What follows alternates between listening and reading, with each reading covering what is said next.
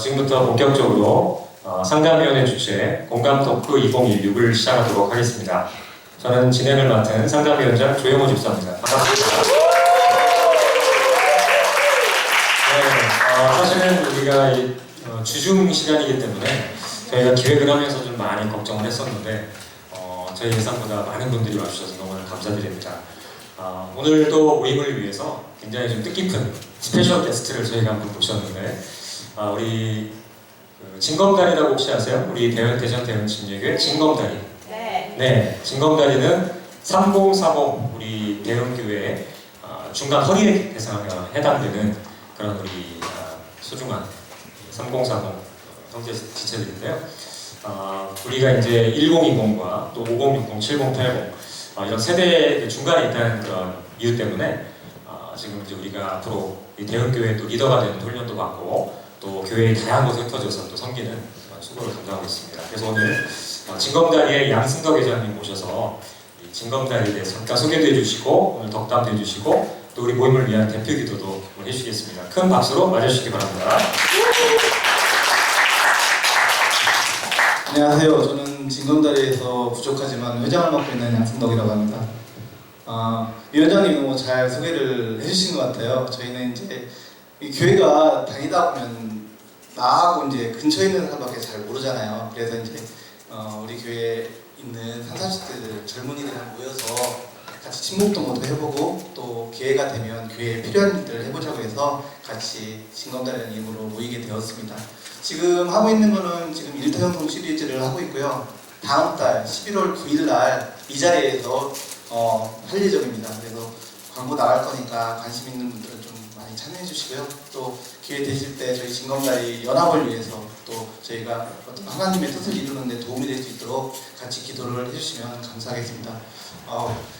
전에 일타형성 하면 저희는 몇 명 안 오거든요. 그래서 되게 좀 그랬는데 오늘 보니까 많이 오셔서 기분이 좋습니다. 먼저 기도드리겠습니다.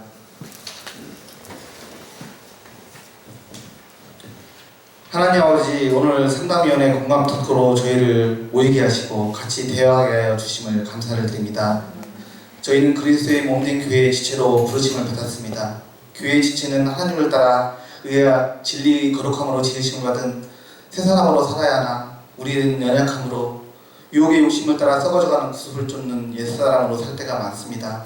섬기기보다는 섬김을 받으려 하고 이기심으로 인해 가족과 다른 사람에게 말과 상처를 줄 때도 많습니다. 하나님, 저희의 죄를 용서하여 주시옵소서. 하나님의 나라를 세우는 대화, 소통, 리더십 이 시간을 통해 겸손하고 낮은 자세로 상대방과 대화, 소통하고 세상 가운데 빛과 소금으로 살아가는 지혜를 얻게 하여 주시옵소서. 저희의 삶이 하나님을 욕되게 하지 않고 하나님을 높여드리는 삶이 되도록 지혜를 더하여 주시옵소서. 오늘 행사를 기도하고 준비한 조영호 상담위원장님과 상담위원들을 축복하여 주시옵시고 주님의 능하신 능력으로 붙들어 주셔서 상담위원회 일들을 통해 하나님 나라가 세워지고 하나님의 영광이 드러나게 하여 주시옵소서. 모든 순서와 시간을 하나님께 의지합니다. 성령님 함께하여 주시옵소서. 모든 말씀 우리를 사랑하사 우리를 위하여 자기 몸을 버리신 예수님의 이름으로 기도드립니다.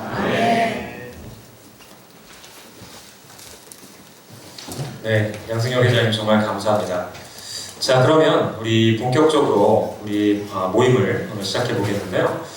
한번 주변 한번 돌아보시면 좋을 것 같아요. 다 아시는 분들이세요? 예, 아닌 것 같아요. 그렇죠? 근데 오늘은 주제 자체가 리더십과 소통과 대화거든요. 그래서 오늘 서로 좀 처음 보시는 분들이지만 우리 다 그리스도 사랑 안에서 모였기 때문에 밝은 모습으로 한번 반갑게 인사를 먼저 한번 해보겠습니다. 인사할 때는 짧게 주 안에서 사랑합니다. 반갑습니다. 이렇게 한번 인사해 보실까요?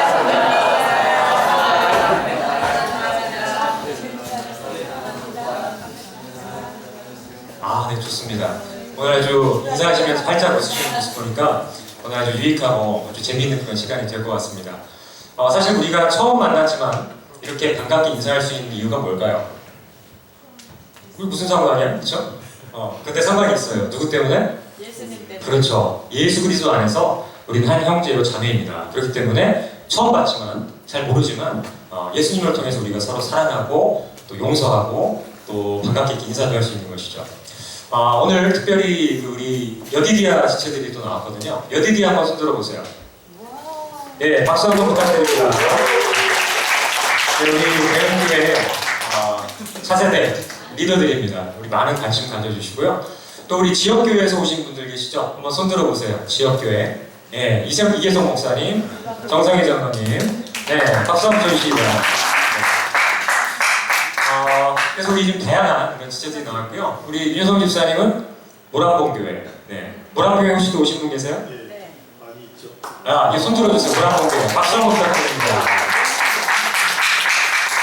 자, 또 한번 여러 가지 이렇게 기준으로 한번 우리가 나눠보고 있는데, 남자분들 손 들어보세요. 남자분들.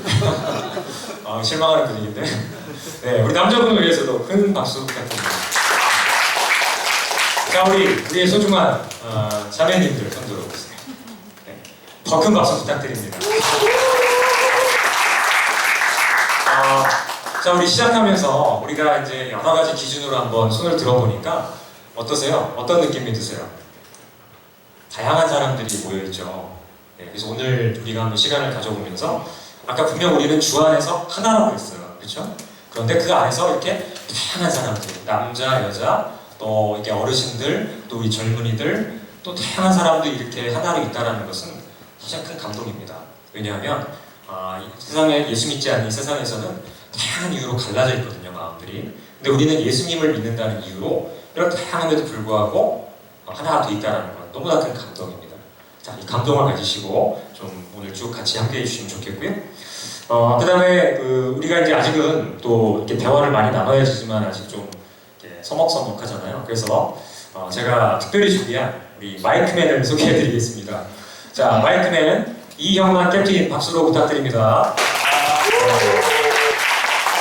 우리 이형만 캡틴이 마이크를 이렇게 들고 계신데 이제 의견이나 질문을 발표하실 때 손을 들어주시면 번개와 같이 달려갈 겁니다. 맞죠? 네. 좋습니다. 자, 그럼 우리 시작하기 전에 좀 청중분들 가운데 오늘 어떤 기대와 좀 어떤 생각을 갖고 오셨는지 먼저 확인해야 저희 패널들도 좀 풍성한 얘기를 나눌 수 있을 것 같거든요. 자, 우리 먼저 마이크를 들고 있는 마이크맨부터 얘기를 한번 들어보겠습니다. 자, 오늘 마이크만 들고 다니려고 오는 생각으로 온 건 아닐 것 같고요. 어떤 기대를 갖고 오셨어요? 네, 안 일어나도 되는데 저렇게 일어나는 거죠. 네, 이 상담이 너무나 사람을 대하는 거이다 보니까 너무나 어려운 것 같아서 여러 가지 배우려고 왔는데 그 중에서도 집안 가족 구성원 간의 대화의 어려움이 많이 느껴져서 부부간도 그렇고 또 결혼하셨는데 너무 모자간 이렇게 이성 간에서 대화를 나눌 때 남자와 여자가 대화하는 방식이 다르다고 하잖아요.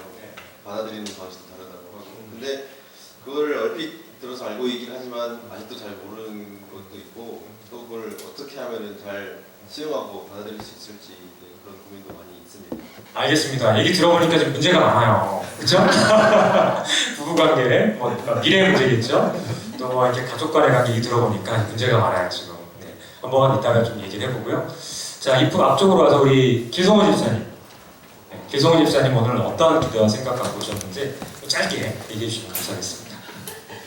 이 김밥이 맛있어가지고 왔습니다. 김밥을 노리고 오셨습니다. 오늘. 좋습니다. 예.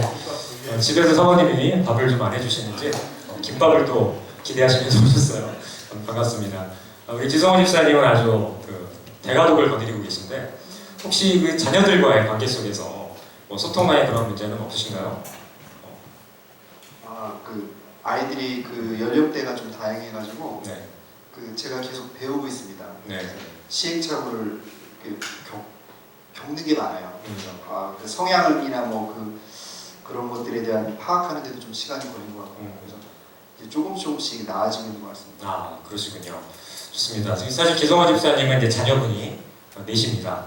그래서 굉장히 풍성한 복을 누리고 계신데 저도 아이가 셋이거든요. 근데 제가 이제 스승님으로 모시고 있습니다. 저희가 사부님으로 모시고 항상 좀 얘기 듣고 싶은데 오늘 좀 또 다양한 얘기 나누시면 좋을 것 같고요. 자, 이번에는 한 분 더 좀 얘기 들어보겠는데 우리 박명희 집사님, 집사님은 어떤 기대로 오늘 나오셨나요? 저는 자녀가 2명이라서 사모님들이 너무 좋아요. 저는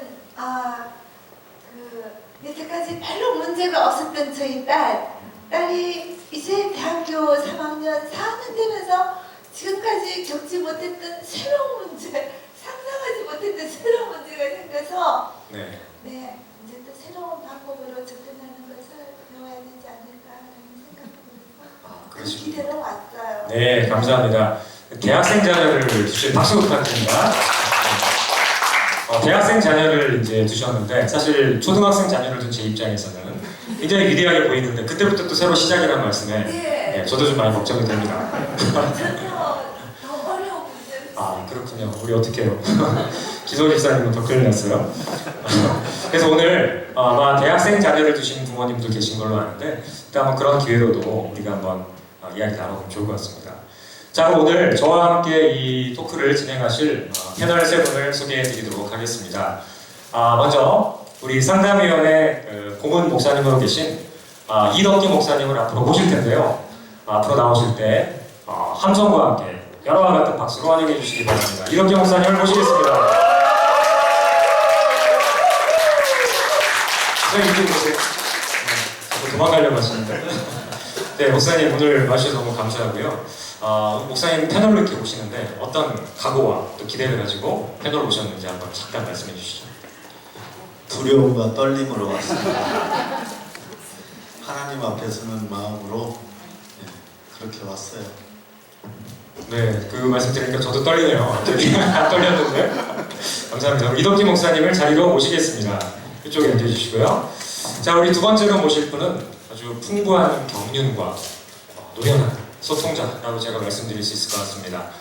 우리 상담위원회에서 16년 동안 제 전에 상담위원장으로 수고하셨고, 비가 오나 밤이 오나 눈이 오나 밤이 오나 이 상담위원회에 의해서 꿋꿋하게 참 이렇게 수고하시는 분인데요. 우리 정성희 장로님을 모시겠습니다. 박수로 환영해 주시기 바랍니다. 네, 장로님 어서 오세요. 반갑습니다. 식사는 맛있게 하고 오셨나요? 아주 맛있게 먹고 왔습니다. 오늘은 제가 아침 새벽 7시부터 한 4시까지 밭에서 일을 했어요. 그러니까 자연과 좀 더불어서 그러니까 그러고 와서 여기서 김밥을 먹었는데 아주 이렇게 정말 꿀맛 같더라고요. 참 이것도 하나님이 저희들한테 이렇게 역사하시는구나 그런 생각을 했습니다. 네, 감사합니다. 맛있게 김밥을 드셨군요. 좋습니다. 오늘 또 장로님도 풍성한 그런 이야기 한번 기대해 보겠습니다. 장로님을 자리로 모시겠습니다. 저기 앉아주시고요.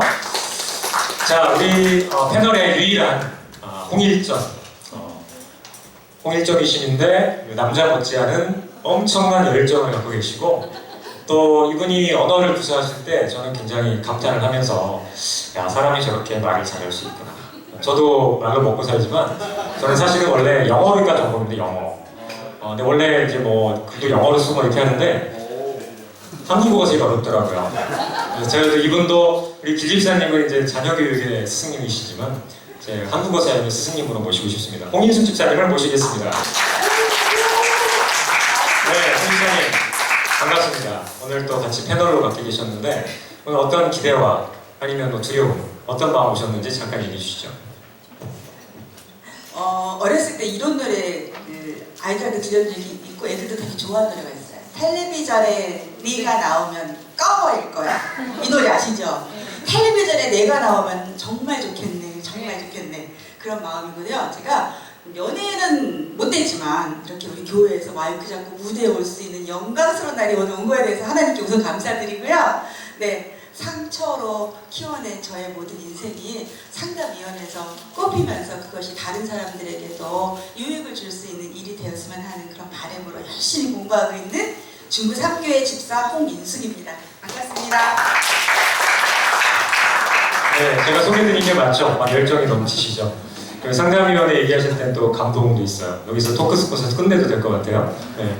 자, 이렇게 세 분을 모시고 제가 이야기를 나누도록 하겠고요. 저도 이제 사회자 자리로 돌아가겠습니다. 그러면 본격으로 시작하기 전에 한번 큰 박수 부탁드립니다.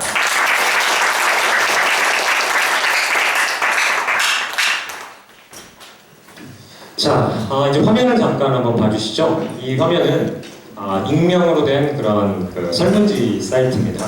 여러분들이 받으신 유인물에 보시면 slido.com이라고 하는 슬리도라는 사이트가 있거든요.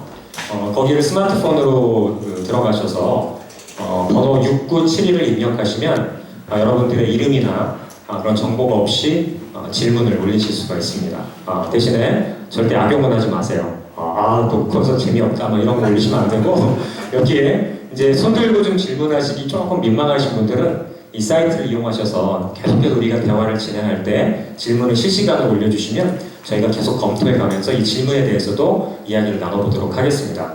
괜찮으시죠? 네, 좋습니다. 지금은 질문이 하나밖에 안 올라와 있어요. 더 좀 올려주시고요. 본 질문을 보니까 무언가 부탁하기가 어려워요. 직장에서 있는 상황인 것 같아요. 일을 하다 보면 직급을 떠나서 부탁해야 할 일이 많이 있는데요. 이때 무례하지 않으려 애쓰다 보면 정확한 내용 전달도 어렵고요. 그렇다고 직접적으로 부탁하자니 무례한 것 같기도 하고요. 좋은 방법이 없을까요? 이렇게 올라와 있습니다. 이 직장에서 뭔가 좀 부탁한다는 게 상당히 쉽지 않은 일이죠. 또 이제 이분은 굉장히 좀 다른 사람에 대한 배려심이 좀 뛰어나신 분이 아닌가 생각이 들거든요. 왜냐하면 너무 쉽게 부탁을 하시는 그런 분들도 많이 계신데 이분이 굉장히 많은 그 고민들을 하고 계시거든요. 자, 그럼 이번에 좀 우리 마이크맨 준비해 주시고 청중들 가운데 혹시 여러분들 일상생활에서 어떤 것이든 좋습니다. 성도들 간의 관계, 아니면 부부 관계, 아니면은 자녀들과의 관계, 또 아니면은 형제들과의 관계, 또 일반적인 그런 친구들과의 관계에서 겪는 리더십이나 소통이나 아니면 대화에 관련된 그런 고민, 또 문제, 궁금한 것들이 있으시면 자유롭게 한번 얘기를 해주시면 좋을 것 같은데요. 몇 분 얘기를 들어보고 패널들 얘기를 한번 시작을 해보겠습니다. 자, 어떤 분이 한번 먼저 이야기를 해주실까요? 마이크맨 준비해 주시고 만약에 아무도 손 안 드시면 마이크맨이 질문하는 겁니다. 자, 우리 마이크맨 좀 도와주세요. 아마 다양한 질문들이 있으실 것 같은데. 네, 저기 한번 나오셨습니다. 먼저 한번 본인의 성함을 한번 밝혀주시고 저희가 한번 이야기 나눠볼까요? 앉아서 해도 되겠습니까? 네, 괜찮습니다. 저 모란봉교회 수재우 집사입니다. 네. 저희가 그 모란봉교회 그 위원들이 이렇게 참석을 했는데요. 이게 북한 선교 사역을 하다 보면은 사실은 여러 가지로 좀 곤란한 그 어려움이 많이 있고 또 그거에 대해서 이제 또 물어봐야 될 것도 있고 그래서 한번 질문을 드린 게 있는데 제가 바로 오기 전에 그 하나 북한 분들이 오셔서 저한테 그 전화가 왔습니다. 오후에 집사님 한번 만나보고 싶다. 그래가지고 알았다고 제가 이제 만나자고 해서 이제 만났어요. 만난 이유는 뭐냐면 이제 남자분인데 50대 후반에 이제 중반의 남자분인데 그 북한에서 홀로 탈북을 해가지고 한국에 오셨는데 한국에서 이제 여자분을 탈북한 그 여자분을 이렇게 사귀셨나 봐요. 근데 이제 중요한 건 뭐냐면 이제 직장을 가야 되는데 좀 부탁을 하러 온 거예요. 근데 교회에서 이제 그 북한 선교를 하다 보면 그 일반 그 다른 다른 그 사역교회가 틀린 게 뭐냐면 윗동네 분들이 와서 현실적인 문제가 많이 있어요. 그 중에 하나가 뭐냐면 직장이라든가 어떤 삶에 대한 현실적 문제를 부탁할 수가 있어요. 근데 제 입장에서 볼 때는 할 수 있는 능력은 사실 안 되거든요. 어느 직장을 소개시킬 수도 없고 그렇다고 내가 전문가가 아니기 때문에 어떤 방향성을 제시할 수도 없는데 더 어려운 것은 노라고 얘기할 수 없는 거예요. 그래서 이제 만나서 얘기를 들어주지만 그 사람한테 어떤 만족할 만한 대답은 주지 못했어요. 단지 뭐냐면 같이 고민해보자, 네. 알아보자. 그랬을 때 과연 내가 어떻게 그런 부분을 모란봉교회 사역을 하면서 그분들한테 좀 해야 되는지 그런 거에 대해서 좀 질문하고 싶습니다. 네. 우리 모란봉교회 이야기를 들어보니까 이제 우리 윗동네라고 하죠. 이제 북한에서 오신 그런 분들이 생활의 실질적인 그런 필요가 간절하거든요. 근데 우리가 어떤 도움을 줄 수 있는 능력도 한계가 있는데 이분들께 위로도 해드리고 많은 좋은 이야기도 해주지만 실질적인 도움을 못 주는 상황에서 과연 이거 어떻게 해야 될까 이런 이제 고민을 갖고 오신 것 같습니다. 우리 사실 이게 모란봉 교회만 고민할 부분이 아니라 우리 사실 다 같이 고민해야 될 그런 부분인 것 같아요. 그래서 우리 남은 동안에 이 질문에 대해서 한번 우리도 이야기를 해보도록 하면 좋을 것 같습니다. 자, 그러면 이제 질문은 이제 두 가지가 나왔는데 혹시 다른 질문은 또 있으신가요? 네, 우리 윤여성 집사님. 네. 짧게 부탁드리겠습니다. 저는 가족 간의 대화가 제일 어렵다는 생각이 늘 하는 것 같아요. 외부 소통에 있어서는 이미 저도 준비가 돼 있고 예의를 갖출 준비도 돼 있고 여러 가지 어떤 방식으로 이야기했을 때 상대방이 어떨 거라는 부분에 대해서 염두에 두고 대화를 시작하기 때문에 사실 그런 수에 대해서는 가능한데 가족 간에는 모든 그런 것들이 가능하지가 않더라고요. 그래서 그게 좀 가족 간의 대화의 방법에 대해서 한번 좀 질문하고 싶습니다. 아, 네. 우리 윤 집사님께서 가족 관계에서 겪는 대화의 어려움에 대해서 얘기를 해주셨거든요.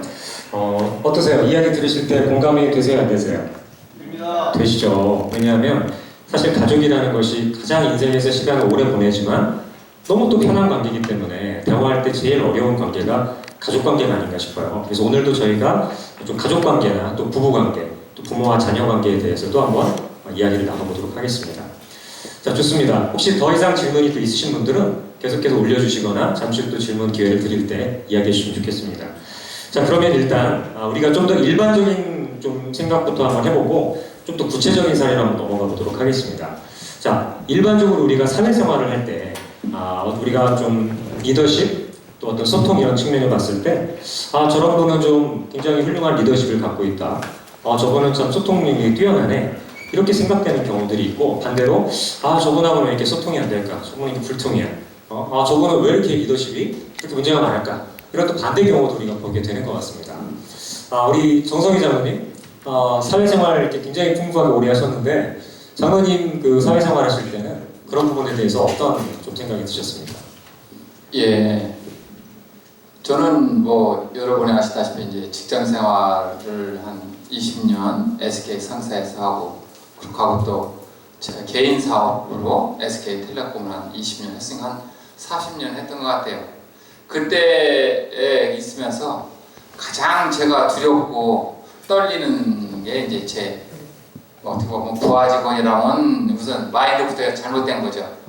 내 가족이라고 생각했어요.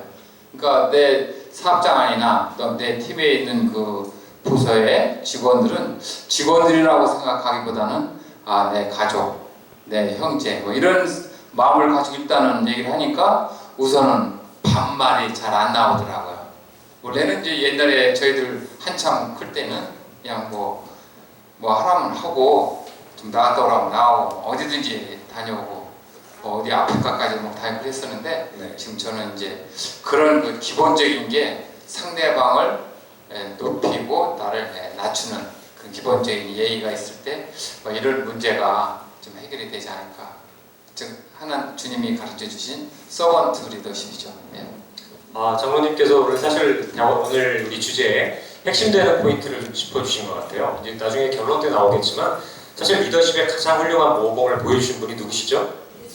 예수 그리스도시거든요. 사실 우리가 배워야 될 모범은 예수님이신데 그게 우리의 삶에 어떻게 적용될까 이게 이제 관건이거든요. 근데 우리 장로님께서 말씀하셨지만 사업장에서 나의 부하 직원을 그냥 직원이 아니라 가족과 같이 그리고 이제 섬기는 서번트 리더십을 가졌을 때 아주 좋은 그 관계가 됐다라는 말씀을 해주신 것 같아요. 자, 이번에는 우리 홍희숙 집사님 또 여성 관점에서 봤을 때 또 남자분들이 느끼는 거와 다른 그런 리더십이나 소통의 측면들도 있을 것 같거든요. 집사님은 어떤 경험들 하셨나요?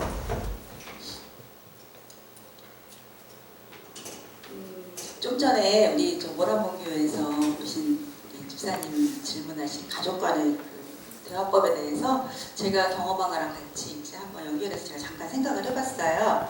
저도 질풍노도의 시기를 거친 사춘기 아이들 둘을 이제 남매를 키우면서 지금은 이제 다 대학에 들어갔거든요.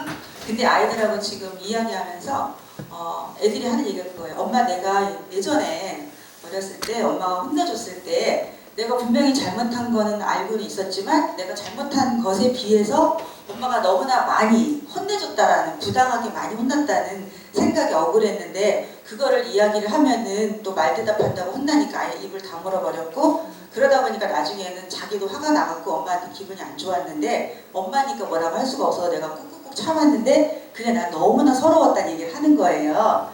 그래서 그 당시에 물론 혼날 만한 일이라고 자기는 생각했지만 지나치게 많이 혼내줬다라는 부당함, 양에 있어서의 부당함을 얘기를 하면서, 네, 지금은 편안하게 얘기하지만 엄마 그때는 속상했어 이러더라고요. 그래서 제가 그랬어요. 아, 그때 엄마가 너무 너한테 지나치게 화냈던 거가 지금 생각해보니까 너무 미안하고, 엄마도 그때 왜 그랬는지 몰라. 근데 아마 엄마가 그때는 잘 모르고 엄마 감정이 훨씬 더 앞섰던 것 같은데 너무너무 미안해, 사과할게. 그리고 사과를 했거든요. 그러면서 아이들하고 그런 이야기를 통해서 제가 느꼈던 게, 물론 지나간 걸 돌이킬 수는 없지만 그 이야기를 나누는 그 시점으로부터 그 앞으로 나아가는 길에는 그런 실수는 이제 없는 거거든요. 그래서 저희는 이제 아이들하고 이런저런 이야기할 때 예전에 있었던 일들도 다시 꺼내갖고 사과를 하고 그 상황에 대해서 풀어요. 지금도 아주 어렸을 때 기억에 남았던 부분도 애들하고 얘기하다가 그런 얘기가 끄집어서 나오면은 그랬구나, 네가 그때 힘들었겠구나, 엄마가 미안해, 몰라서 그랬어, 용서해 줄 거지 하고 이렇게 이야기를 하면서 하나씩 매듭을 좀 해결을 해나가요, 살아가면서. 네, 실수는 네, 실수를 통해서 배운다라는 말이 삶 속에서도 적용이 되는 것 같아요. 그 어렸을 때 있었던 일에 대해서 이제 자녀가 성장한 다음에도 그 얘기를 다시 끄집어내 얘기를 하신다는 말씀이신데요. 네, 굉장히 중요해요. 네, 그때 자녀분의 반응은 어떤가요? 그러면 되게 자기를 나름대로는 좀 의기양양한, 맞아, 엄마 내가 맞는 거야, 그때 엄마가 틀렸던 거야 라고 하는 나름대로의 그 뿌듯함을 가지면서, 그리고 내가 엄마가 잘못된 부분을 용서를 자기가 했다라고 하는 그 기쁨도 애들이 조금은 드려요. 네, 감정적으로 그런 게 있는 것 같아요. 그렇군요. 그건 아주 좋을 것 같은데, 또 이제 제 입장에서 이런 궁금함이 좀 들거든요. 그랬을 때 좀 엄마가 좀 자신의 권위를 좀 손상시키는 건 아닙니까? 뭐 이런 생각도 드는데 어떻게 생각하세요? 우리가 흔히 권위라고 하면은 누군가 나를 인정해주는 게 권위라고 생각하잖아요. 근데 우리가 권력과 권위에 대해서 조금 분간을 해야 된다고 생각을 해요. 어른으로서 가지고 있는 어떤 힘의 논리를 바라보는 건 권력이라고 볼 수 있는 거고요. 권위는 어른이기 때문에 저절로 생기는 것이 아니고, 아래 사람들이 볼 때 존중할 수 있는 어른으로서 있을 때 저절로 권위는 세워지거든요. 그리고 어른도 실수할 수 있잖아요. 네, 근데 자기가 실수한 거에 대해서는 자기의 권위 때문에 솔직하게 말 못하는, 그게 미선이라고 생각을 해요. 네, 네. 아, 그렇군요. 권위와 권력의 차이점에 대해서 굉장히 명확하게 좀 짚어주신 것 같아요. 감사합니다. 자, 지금 나온 얘기들을 보면 우리 정성희 장로님께서 직장 사업장에서 있었던 그런 리더십 사례를 말씀해 주셨고, 우리 홍영수 집사님은 특별히 부모와 자녀 관계에서 이제 자녀가 어렸을 때 있었던 일을 성장한 다음에 다시 부모와 이야기할 때 그 상황에 대해서 얘기를 해주셨어요. 저는 이제 이 질문에 대해서도 한번 그 얘기 나누고 우리 목사님 말씀 한번 들어봤으면 좋겠는데, 자, 사실 가족이라고 하면은 뭐 이런 부탁을 하는 거는 뭐 엄마 이거 해주세요, 뭐 이것 좀 해줘라, 이렇게 편하게 얘기할 수 있을 것 같아요. 자, 그런데 이제 여기는 직장 상황인데, 이런 직장 상황에서 이제 부탁을 하는 걸 어려움을 느끼는 이런 분이 있어요. 자, 왜 이런 어려움을 겪게 되는 것일까 한번 생각해보면 좋을 것 같아요. 아까 제가 말씀드린 거는 조금 이 다른 사람에 대한 배려심이 굉장히 뛰어나시는 그런 분인 것 같은데, 과연 이런 배려심이 항상 좋기만 할 건가, 이런 생각을 하시면 좋을 것 같고요. 자, 우리 장로님이 아마 직장생활 오래 하셨는데 보통 이건 부탁을 하는 상황에서 생길 수 있는 문제들이 좀 있나요? 자주 있죠. 네. 네, 자주 있는데 그럴 때마다 뭐 이 자리에 이제 충청도 지방 얘기를 할 필요는 없지만은, 제가 이제 대전에서 충청도라서 그런지 몰라도 다른 그 지역에 있는 그 친구들에 비해서 상당히 조심스럽고 주저주저하고 뭐 이러더라고요. 그러다 보니까 역시 또 기회를 놓치는 경우가 많이 있어요. 사실 어른들이나 상사들은 그런 것보다는 자기 의견을 제대로 또 뭘 요구하는지, 또 얼마나 강렬히 원하는지, 그게 다 더 소중한데, 예, 그 부분을 놓치는 경우가 많이 있었습니다. 예. 그렇군요. 그 충청도라고 하면 이제 보통 우리가 말을 좀 느리게 하고 막 이런 뭐 돌굴러가요 이런 얘기도 많이 하는데, 그런 어떤 직장에서 빨리빨리 돌아가는 업무 상황에서는 좀 그런 부분 문제가 생길 수 있겠군요, 그렇죠? 그런 거. 알겠습니다. 자, 그러면 목사님께도 한번 질문 드리고 싶은데, 이게 부탁이라는 것은 너무 지나치게 무리하게 부탁해도 안 되고, 또 내가 요청하는 것들을 또 정확하게 전달하는 것도 중요할 것 같은데, 이 두 개를 좀 균형 잡아갈 수 있는 그런 방법도 있을까요? 뭐 이제 상황에 따라 다르겠지만 지금 이제 이분 내용을 보면 이분 마음속에 무엇이 있는가 하면 제가 보기에는 거절에 대한 두려움이 있는 것 같아요. 누구든지 거절을 당할 때 오는 그 충격이 크거든요. 네. 그런데 이제 우리가 뭘 부탁할 때 거절 당하는 것이 그 당연하다라는 마음을 가지면 용기가 날 것 같고요. 이런 경우는 먼저 자기의 필요를 얘기를 하는 것이 좋을 것 같아요. 도움이 필요합니다 라고 상대방한테 얘기를 하면 상대방이 도와줄 의향이 있으면 무엇인데요 이렇게 얘기를 할 것 같고요. 그러면 이제 자기가 얘기를 하는데 자기가 그것을 말을 조리 있게 하기가 어려우면 메모를 해서 그 메모를 보면서 얘기를 해도 관계가 없을 것 같은데요. 저도 이제 그런 경험이 많죠. 이제 얘기를 하려면 멋있게, 그 다음에 그 요점만 간단하게 확실하게 내 마음을 상대방에게 전달하고 싶은 욕구가 굉장히 강합니다.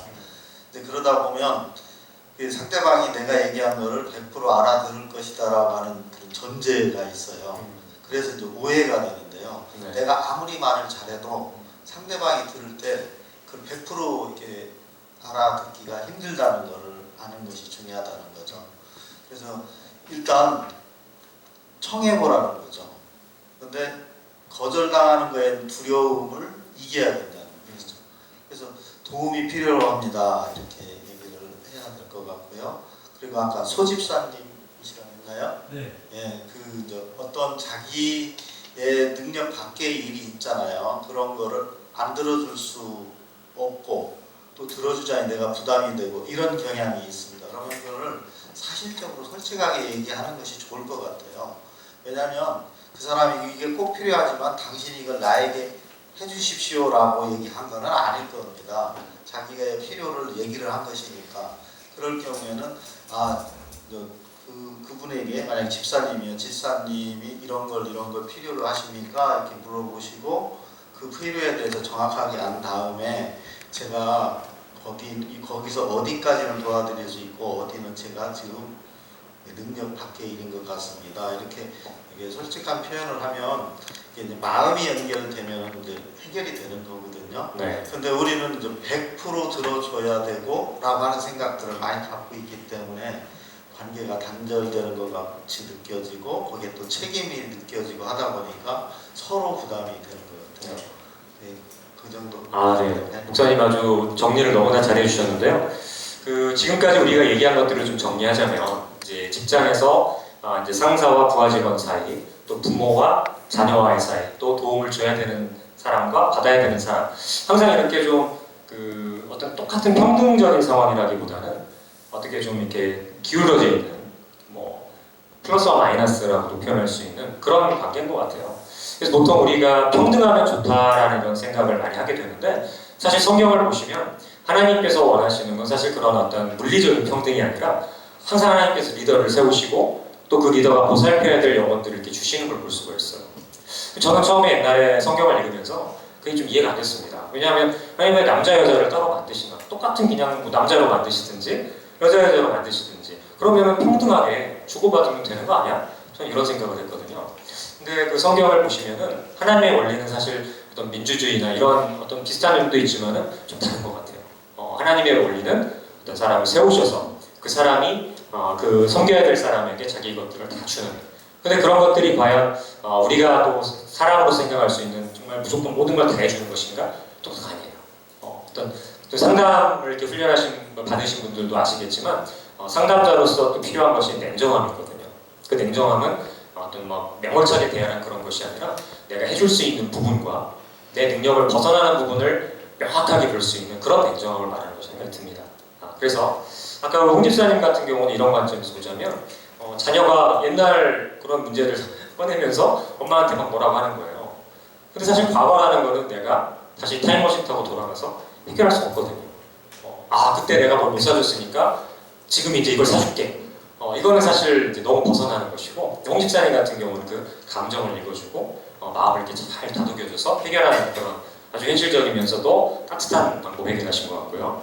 정성희 장로님 같은 경우는 이제 부하 직원들이 굉장히 다양한 그런 욕구도 있고 또 뭐 때로는 말을 안 들을 때도 있고 또 업무를 잘할 때도 있고 못할 때도 있지만 그냥 가족 같은 그런 먼저 좋은 관계가 맺어지는 가운데 그런 것들이 자연스럽게 밑으로 사람이 내려가는 그런 관계를 해결하신 것 같아요.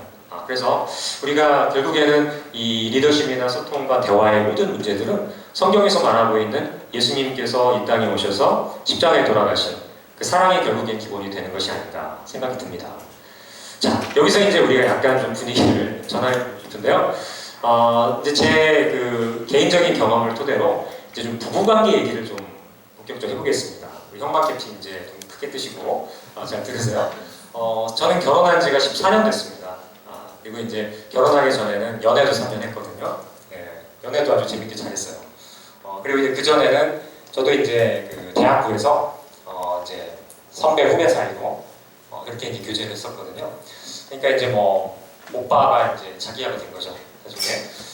근데 이제 저는 결혼 전에 굉장히 좀 지금 생각하면 교만한 생각인데 나름 나도 성격이 괜찮고 다른 사람한테 아주 친절하게 대하는 젠틀맨이다 뭐 이런 생각을 하고 있었습니다. 예. 갑자기 막 적대적인 분위기가 바뀌는데 그때 그랬단 얘기예요. 근데 이제 집사람을 만나서 이렇게 결혼하고 보니까 제가 싱글 때 다른 사람과 맺었던 관계랑은 전혀 다른 양상들이 나오더라고요. 그리고 이제 안에 숨겨져 있던 어두웠던 부분들, 그렇죠?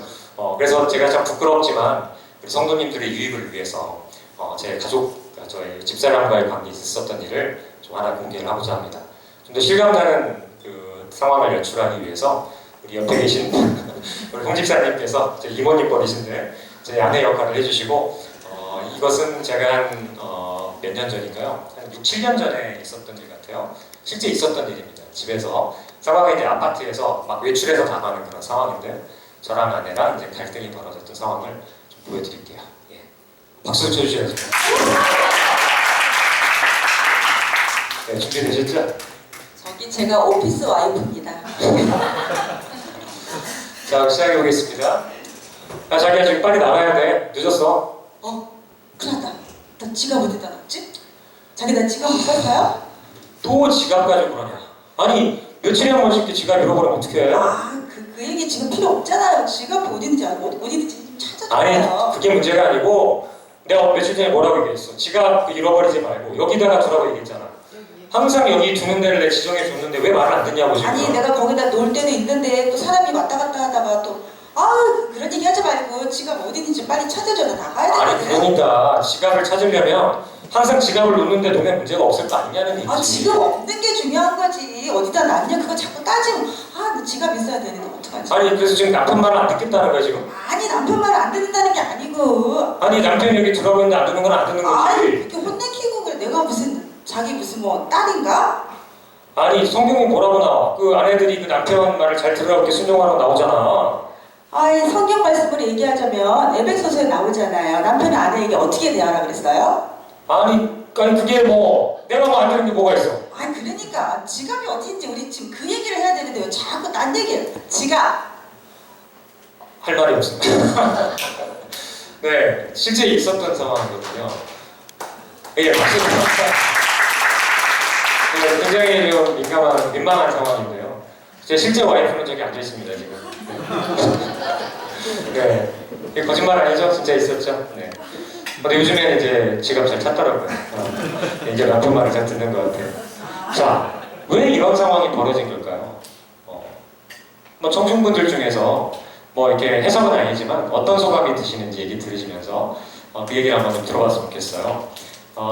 이쪽에서 한번 들어봤으면 좋겠는데 이정희 집사님, 네, 이 간단한 상황극을 보시면서 어떤 느낌이 드셨나요? 글쎄, 저도 그런 경험을 전에 했던 것 같아요. 저희도 그런 비슷한 일이 있었고 사실은 지금 중요한 게 뭔가 그런 상황보다 문제를 어떻게 해결하는 것보다 어떻게 하다 보면은 감정 싸움이 되더라고요. 지금 내가 지갑이 없어서 어디 있어 찾아주고 서로 이렇게 하면 금방 끝날 일을 뭐야 내 말을 안 들어? 그런 식으로 뭐 얘기할 수밖에 없어? 나는 지금 급한데? 막 서로 이러다 보니까 작은 일 가지고 어떤 문제 하나를 가지고 큰 싸움이 돼서 나중에는 각자가 근데 막 얘기도 않게 되고요. 막 이런 경험이 있어서 제 옛날 모습을 보는 것 같아서 조금 좀 부끄럽기도 하고 그러면서도 공감하는 면이 많이 있었어요. 네네. 그래서 특히 그 신앙인으로서 그런 얘기 저도 많이 했거든요. 남편은 남편의 권위를 세워주고 남편이 가장이니까 위다, 아래다 막 이런 개념이 결혼 초에는 저도 있었거든요. 네. 근데 이제 조금 지나고 보니까 하나님께서 우리를 사랑하고 또 예수님이 또 우리를 사랑하시고 부부가 서로 사랑해야 되고 서로 죽게 돼야 돼 사랑하고 아내는 또 남편을 사모하고 또 존경해야 되고 이 원리가 맞는 것 같아요. 네. 그래서 지금 같으면 그 상황이라면 그냥 이렇게 싸울 것이 아니라 없네, 없어요. 그러면 남편이 참 많이 당황스럽겠다. 좀 나도 좀 도와줄게, 찾아줄게. 우리 남편이 지금쯤 아마 그렇게 하셨을 것 같은데 네. 지금은 신경 안 씁니다. 네, 아주 예, 하여튼 너무 잘 봤어요. 네, 감사합니다. 네. 네. 이번에는 우리 아직 이제 결혼하지 않은 우리 지체들 얘기도 들어봤으면 좋겠거든요. 우리 실례가 안 된다면 이민철 캡틴. 네, 이민철 캡틴은 결혼하고 저처럼 안 하실 거죠? 어떻게 보셨어요? 네, 그럴 수 있을 것 같다 생각했어요. 네. 그럴 수 있을 것 같아요. 네네. 네.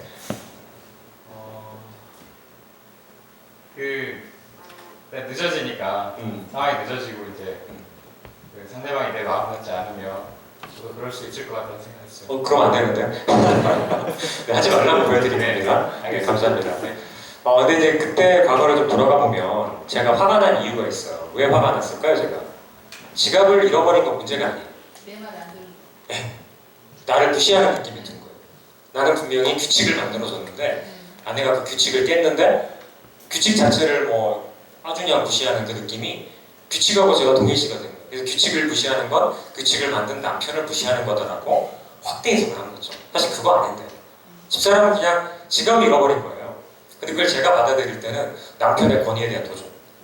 저도 모르게 저는 굉장히 아까 말씀드렸죠. 결혼 전에 아주 뭐 굉장히 저도 젠틀하고 다른 사람한테 잘 대한다고 생각했는데 저도 모르게 이런 권위주의적인 모습이 속에 있더라고요. 그게 이제 그때 확 튀어나와요. 사실 저도 놀랐어요. 나한테 이런 모습이 있구나. 내 말을 안 듣는다고 화를 내냐 내가. 맨날 주님 하면서 내가 그렇게 주님의 자리에 서버린 거예요. 지금은 이제 제가 회개를 했기 때문에 집사람이 지갑을 잃어버려도 이제 아까 이정희 집사님 얘기하셨지만 지금은 훈련이 좀 돼 있어요. 훈련이 돼서 집사람이 지갑 잃어버렸다 그러면 지갑 잃어버려서 어떻게 같이 찾아볼까? 뭐 이렇게 됐는데 그때 당시에는 본질이 나의 권위에 대한 도전 이렇게 가버리니까 이제 굉장히 큰 싸움이 되더라고요. 사실은 남편이 제 책임이죠. 그렇죠? 우리 예수님만을 주님으로 섬기고 하면 문제가 없는데 주님 하면서 언제부터 제가 주님 자리에 서 있는 거예요. 남편한테 복종해라. 그렇죠? 그리고 이제 기독교인들은 문제가 성경 말씀 인용하면서 싸우죠. 저 에베소서 말씀하고 이러면서 이게 더 무서운 것 같아요. 아주 많은 얘기를 했습니다. 네. 이제 우리 부부관계에서 벌어지는 일들에 대해서 또 이제 우리 패널분들 얘기도 좀 들어보겠습니다.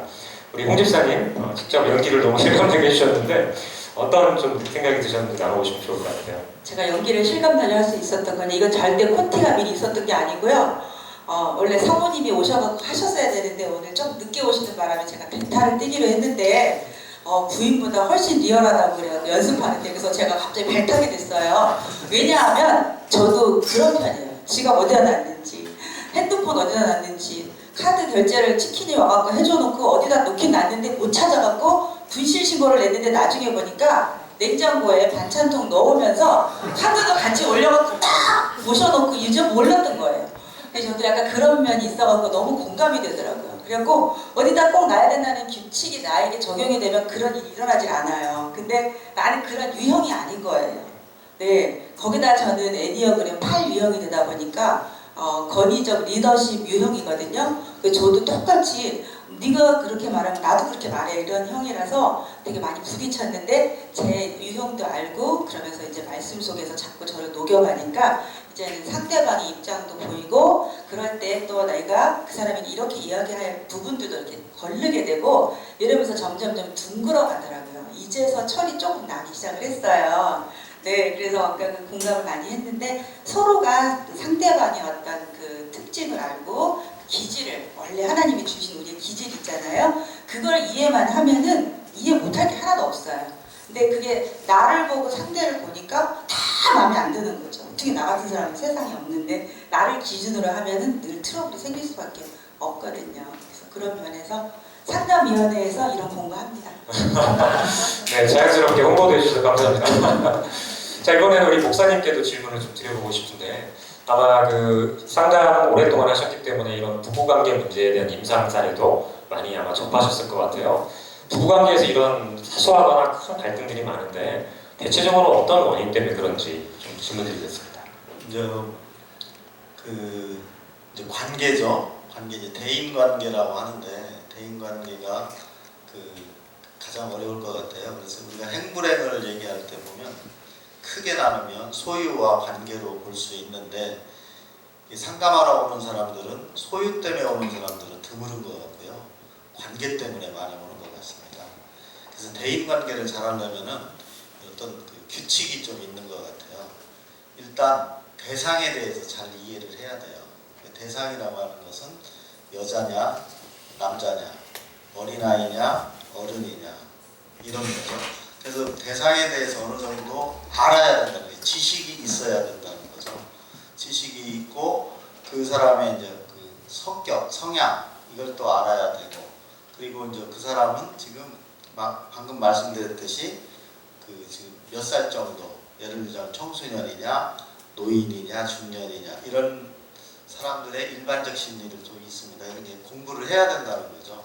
그래서 대화를 잘하려면 연습과 훈련이 필요하다는 것이고 일단은 상대방에 대해서 알아야 되는데 우리 사랑 얘기 많이 합니다. 그런데 저는 사랑을 간단하게 표현을 존중이라고 얘기를 하거든요. 그런데 존중이라고 하는 것은 있는 모습 그대로 보여지는 것을 보고 인정해주는 걸 존중이라고 하는데 거기서 문제가 있습니다. 존중이라고 하는 건 어떤 거냐면 보여진 것만 보고 전체로 판단하는 잘못을 범해요.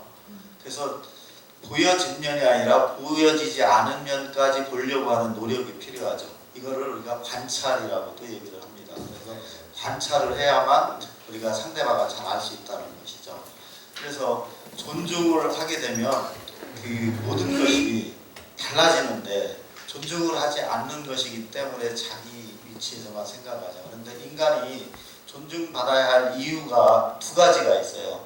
하나는 인간이기 때문이가 아니라 하나님 때문에, 하나님 형상이기 때문에 우리가 존중을 받아야 되고 또 하나는 우리 때문에 예수님이 십자가에 돌아가셨어요. 그러기 때문에 우리는 하나님 형상과 예수님 때문에 그 대상이 존중받아야 된다는 것이죠. 그래서 우리가 제일 중요한 거는 부부관계에서 또 가정문제에서 얘기할 때 보면 자식관계는 소유로 많이들 생각을 하는 개념이 있고요. 그다음에 남녀가 평등하다라고 생각을 거의 못하고 남자가 우선이고 여자가 나중이고 하는 것이 관례적으로 나오는 거죠. 그래서 우리가 대상을 공부해야 된다는 것 그리고 연습하고 훈련해야 그 관계가 좋아진다는 것이고 아까 홍 집사님이 말씀드렸듯이 우리가 화해하고 회복을 하려면 어떻게 해야 되냐면 용서를 구하고 용서를 할 줄 알아야 된다는 거죠. 용서는 누가 구하냐면 아무래도 힘 있는 사람이 용서를 구해야 된다는 거죠. 그러니까 부모님이 자녀에게 용서를 구해야 되는 것이 그 어떤 얽힌 고리를 풀어가는 것이다 이렇게 생각이 듭니다. 네, 감사합니다. 우리 목사님께서 여러 가지를 아주 그냥 명확하게 매듭을 좀 지어주신 것 같아요. 그러니까 이제 아까 제가 말씀드렸던 저와 아내와의 관계에서 내가 이제 권위를 갖고 있다. 그러니까 너는 나에게 복종해야 된다. 이런 이제 좀 유교적인 권위주의적인 모습을 제가 보였던 것인데 사실 목사님 말씀을 듣자면 사실은 제가 아내를 섬겨야 되는 반대로 그런 개념으로 제가 이해를 못했기 때문에 생긴 문제인 것 같아요. 자, 한 분께서 우리 스크롤업을 좀 해주셔서 질문이 잘 올라왔는데 한번 봤으면 좋겠고요. 이제는 좀 부부관계도 그렇지만 특히 부모님과 자녀 간에도 많은 그런 트러블들이 생기는 걸로 제가 알고 있는데 한번 보시죠. 여러 가지 질문들이 올라오는 거 있는데요. 아까 부모님과의 소통에 좀 어려움이 있는 그런 부분 질문이 올라왔던 것 같거든요. 한번 좀 내려주실까요? 5개가 지금 질문이 올라와 있는데요. 네, 여기 있습니다. 이겁니다. 조금만 부모-자녀 관계에서 흔히 부모님이 자녀들의 신앙을 자신보다 낮게 여기고 그다음에 의견이 맞지 않는 부분이 있으면 부모 권위를 앞세워서 자녀 의견을 무시하는 경우가 있는데 부모-자녀 관계에서 신앙 안에서 발생하는 갈등을 어떻게 하면 잘 해결할 수 있을까? 야, 이거 정말 리얼한 질문이네요. 이런 케이스들이 사실 많이 있거든요. 암암리에. 자, 좀 우리 패널들 의견을 먼저 짧게 들어보고 그 다음에 또 얘기 나누겠습니다. 홍 집사님께 한번 질문 드려볼게요. 자, 이제 자녀분이 있으시죠? 네. 네, 대학생인가요? 네. 네. 혹시 이런 부분을 경험하셨거나 또 본인도 경험하셨다면 어떠신지? 네, 오늘 오기 직전에도 경험하고 왔습니다. 제가 정확하게 질문드렸죠? 네. 저도 이제 자녀들이 좀 예배를 열심히 드리고 신앙생활을 잘했으면 좋겠는데 피곤하다, 바쁘다, 할 일이 얼마나 많은 줄 아느냐, 일요일이라도 쉬어야 되는데 하면서 되게 좀 뻗팅겨요. 그래서 처음에는 이게 좀 제가 막 차로 데려오기도 하고 막 억지로 끌어다 앉혀놓기도 하고 그랬는데 나중에는 그것도 또 저도 힘들더라고요. 그래서 이제 너희들이 컸으니까 스스로 알아서 이제 교회를 열심히 다니고 하나님의 축복이 있어야만 너희들이 잘 된다는 거 알고 있지 않느냐라고 얘기를 하는데 그러는 거예요. 엄마 꼭 교회에 가서만 예배를 드려야 되는 건 아니다라는 논리를 가지고 내가 하나님이 계시는 걸 확실히 믿고 내 마음속으로 기도하고 학교에서 채플 시간도 있고 그런데 꼭 교회를 꼭 가서 앉아야 되는 건 아니지 않느냐라는 이야기를 하면서 막 논리를 펴요. 그래서 신앙은 논리가 아니라고 얘기를 하는데 그게 애들하고 사이에서 자꾸 갈등이 저도 와서 사실은 오늘 저도 그걸 좀 질문하고 싶었어요. 거꾸로. 네. 저도 답을 좀 구하고 싶습니다. 네, 제가 정확하게 찍었습니다 지금. 사실 물론 이제 초등학생 자녀를 키우는 저도 아이들과의 그런 의견 충돌이 있을 때가 있어요. 또 큰 아이는 이제 6학년인데 이제 자기 주장을 막 하거든요. 그래서 정말 저도 인내심이 좀 한계가 오를 때도 있고 막 그런데 저도 아직 모르겠어요. 자녀를 지금 이렇게 대학생까지 키워보신 부모님들은 또 이거는 제가 지금 생각하는 그런 레벨하고는 또 다른 그런 고민일 것 같거든요. 네. 아까 박명희 집사님께서도 대학생 자녀를 놓고 고민을 비슷하게 하신다고 얘기하셨거든요. 자, 이건 이제 자녀가 어울린 것 같은데 이제 신앙을 가진 부모로서는 또 어떤 좀 느낌이 드시는지 잠깐 얘기해 주시면 좋을 것 같아요. 저는 제가 예수님을 만나는 게 12년 정도밖에 되지 않아서 제가 너무 짧기 때문에 아이들이 중학교 때는 그 둘째 아들이 중학교 때 교회를 안 다녔을 때 그때는 막 제가 너무너무 힘들어서 어떻게든 온갖 작전을 펴서 아이를 데리고 오려고 하고 노력하고 있지만 그게 참 안 되었는데 지금은 괜찮아졌고요. 근데 이제 또 다른 너무나 잘 다니다가 최근에 보니까 다니지 않는 것 같았는데요. 제 생각으로는 제가 주님을 만났는 게 12년밖에 안 되었고 나의 대학교 생활은 정말로 말할 수 없이 그냥 세상에 파묻혀서 그랬기 때문에 그것에 비하면은 저는 제가 그랬기 때문에 이 정도 같으면 내가 나보다 아이들이 훨씬 더 낫다 그런 생각에서 신앙 문제는 괜찮아지는 것 같았어요. 나의 과거를 되돌아보면 다른 문제는 엉망이지만 그렇게 되어서 신앙 문제에 대해서는 너무 속이 상하지만 나도 나중에 주님을 만나서 변화가 되었는데 그런 생각 때문에 화가 나지 않는 것 같아요. 좋습니다. 정말 감사합니다. 지금 이제 박명희 집사님 같은 경우는 이제 성인이 되신 다음에 신앙생활을 시작하신 부모님이셨어요. 그렇죠? 근데 아마 이 케이스에서 문제가 되는 경우는 부모님이 오랜 기간 이제 신앙생활의 연수를 가지시고 또 이제 엄격하게 신앙적인 기준을 갖고 계신 케이스인 것 같아요. 저도 이제 그런 경우들을 좀 주변에 많이 보게 되는데 사실 제가 이제 대학에서 학생들을 가르치고 있는데 이런 경우가 굉장히 많습니다. 그러니까 이제 얘기를 해보면 아버님이 목사님, 장로님, 집사님 이런 경우인데 굉장히 엄격하시는 거예요. 근데 이 아이가 이제 교회에서나 생활을 잘하겠죠. 근데 학교 생활을 보면 너무나 많은 그런 어려움이 있는 거예요. 왜 그럴까요? 제가 보니까 어렸을 때부터 이제 그 권위에 눌려 있는 거죠. 근데 이제 문제는 이 권위라는 것이 신앙이라는 이름으로 자녀에게 가해지고 있다는 것이죠. 그래서 그 학생들과 제가 상담을 하면서 느낀 것은 바로 뭐냐면 우리가 부모로서 아이가 신앙생활을 잘하고 축복의 길을 걸어가기를 원하는 그 마음은 분명히 있죠. 근데 그것을 전달하는 방식도 중요하다는 생각이 들었어요. 그래서 어떤 이 신앙이라는 것이 아이가 느끼기에 그게 예수님의 그런 어떤 권위가 아니라 부모의 권위로서 전달되는 것이라면 어떤 예수님의 그런 사랑보다는 억압으로 그런 통제로 압박으로 느껴질 수가 있다. 결과적으로 그랬을 때는 오히려 교회를 더 멀리하게 되는 원인이 될 수 있다는 것이죠. 근데 그 성경에 보시면 잘 아시겠지만 탕자의 비유가 나옵니다. 탕자 비유에 혹시 둘째 아들 기억나세요? 예, 사실 둘째 아들이 탕자죠. 방탕한 아들이라는 뜻인데 탕자가 어떻게 했죠?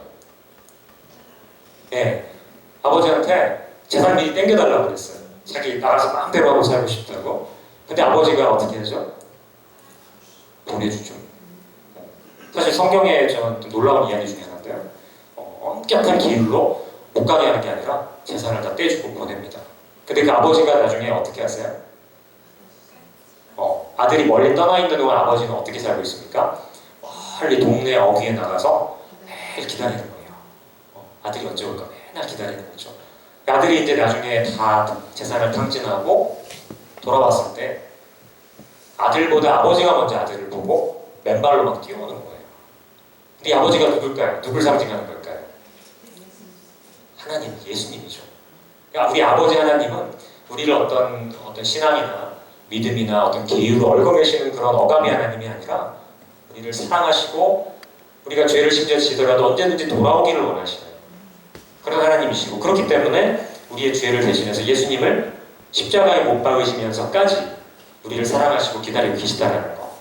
그러니까 우리가 자녀들에게 전달돼야 되는 메시지가 물론 너는 죄를 지면 안 돼. 죄를 지면 죄의 삭은 사망이라.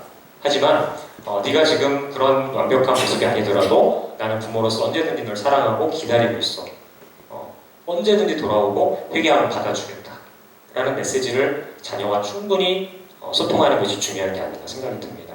저희 큰아이 같은 경우도 이제 사춘기에 들어서 좀 갈등이 좀 많은데 초등학교 6학년과 이제 성인 자녀는 좀 다르겠지만 그런 좀 소통을 하고 있어요. 그래서 아이가 잘못했을 때 이제 분명한 처벌은 가하지만 네가 잘못을 회개하고 하나님께 용서를 구했을 때 예수님의 공로로 너는 언제든 용서받을 수 있다. 그러니까 죄를 절대 지어서는 안 되는데 혹시 지거나 하나님의 기대에 못 미치더라도 깨달았을 때 돌아오라. 그러면 아빠도 언제든지 널 받아주겠다. 이렇게 이제 항상 얘기를 해놓거든요. 그러니까 아이가 이제 내가 이걸 뭘 잘못한 걸 솔직하게 이해했을 때 처벌받을 게 아니라 용서받아줄 거라는 게 이제 알거든요. 그래서 해결되는 경우가 많습니다. 그래서 아마도 충분한 답은 못 됐겠지만 홍 집사님 말씀하신 부분 또 이 박명희 집사님 말씀하신 부분 종합해 볼 때 결국 우리가 보여줘야 되는 건 우리 목사님 말씀하신 하나님 형상인 것 같아요. 사랑의 하나님, 공의의 하나님의 모습이 균형 잡혀서 우리 자녀들에게 부모를 통해서 보여줄 때 아이들이 지금 돌아오면 좋지만 그렇지 않을지라도 하나님의 그 때가 됐을 때 돌아올 수 있지 않을까 그런 생각이 듭니다. 네. 자 그러면 이제 질문 좀 더 내려볼까요? 어떤 질문들이 또 있는지 시간이 이제 많지 않은데 질문 다 우리가 다룰 수는 없지만 간단하게 한번 좀 살펴보겠습니다. 솔직히라고 했네요. 솔직히 무슨 얘기를 하고 싶은 건지 배우자가 이쁘면 평생 고생하고 많이 신경 쓰이고 염려가 많이 될 것 같은데요. 아내가 이쁘면 고생이라는 말이 어느 정도는 맞는 부분이 있는지요. 이거는 우리 장로님 예쁜 아내를 가지신 우리 장로님께 한번 먼저 여쭤보겠습니다. 이런 말이 진짜 있잖아요. 옛날부터 참 있죠. 그런데 이제 뭐가 좀 틀린 것 같아요. 옛날에는 엄격한 유교 집안이나 뭐 이런 데 있을 때는 정말 아내가 이쁘다 하면은 다른 사람들의 시선을 많이 인식하고 또 많은 어른들이나 이분들이 또 오히려 더 이쁜 며느리를 더 엄격하게 대하는 뭐 그런 것이 없지 않아 있었어요. 근데 지금 우리 같은 이제 신앙의 한 몸에서 봤을 때는 뭐 이쁜 며느리나 또 조금 못난 며느리나 그거는 어떻게 보면 자기 시각에 달려있는 거지 내 마음에 달려있는 거지 사실은 내 며느리가 제일 이쁜 거 아니겠습니까? 그렇죠.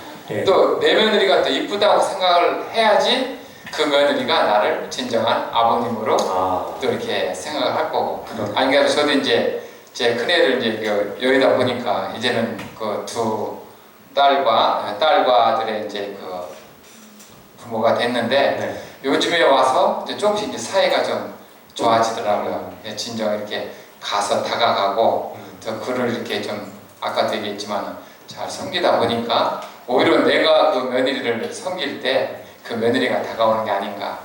뭐 예쁘고 안 예쁘고는 2차적인 것 같아요. 아 그렇습니다. 아주 너무 좋은 이건 정말 경륜이 없으면 얘기 못 해주시는 얘기인데 이제 물론 외모조도 이제 뭐 이쁘다 아니다라는 판단은 가능하겠지만 같이 관계를 맺을 때는 그런 외모가 기준이 되지 않는다. 그런 얘기로 좀 정리가 되는 것 같아요. 네, 또 밑으로 한번 내려가 볼까요? 네, 밖에서는 말 잘하는데 집에서는 말을 하고 싶지 않습니다. 그다지 할 말이 없습니다. 가족들은 대화를 원합니다. 어떻게 해야 될까요? 예, 전 난감하네요. 나는 별로 얘기하고 싶지 않은데 자꾸 말을 걸어오고 이게 사실은 잘 모르겠지만 남자분이 아닐까 좀 생각이 들거든요. 저도 옛날에 그랬거든요, 사실은. 목사님, 이런 경우가 진짜 좀 있는데 어떻게 해야 될까요, 이걸? 예, 저분 같은 남자분들이 많을 것 같아요. 밖에서 힘들게 일하고 오면 지쳐서 집에서 편히 쉬고 싶은데 자꾸 이제 말을 걸어오죠. 이제 귀찮아지는데 그래서 이제 문제가 뭐냐면 이제 너무 친밀한 관계에서 생기는 그런 나쁜 관계가 있죠. 근데 성경에도 나와 있습니다.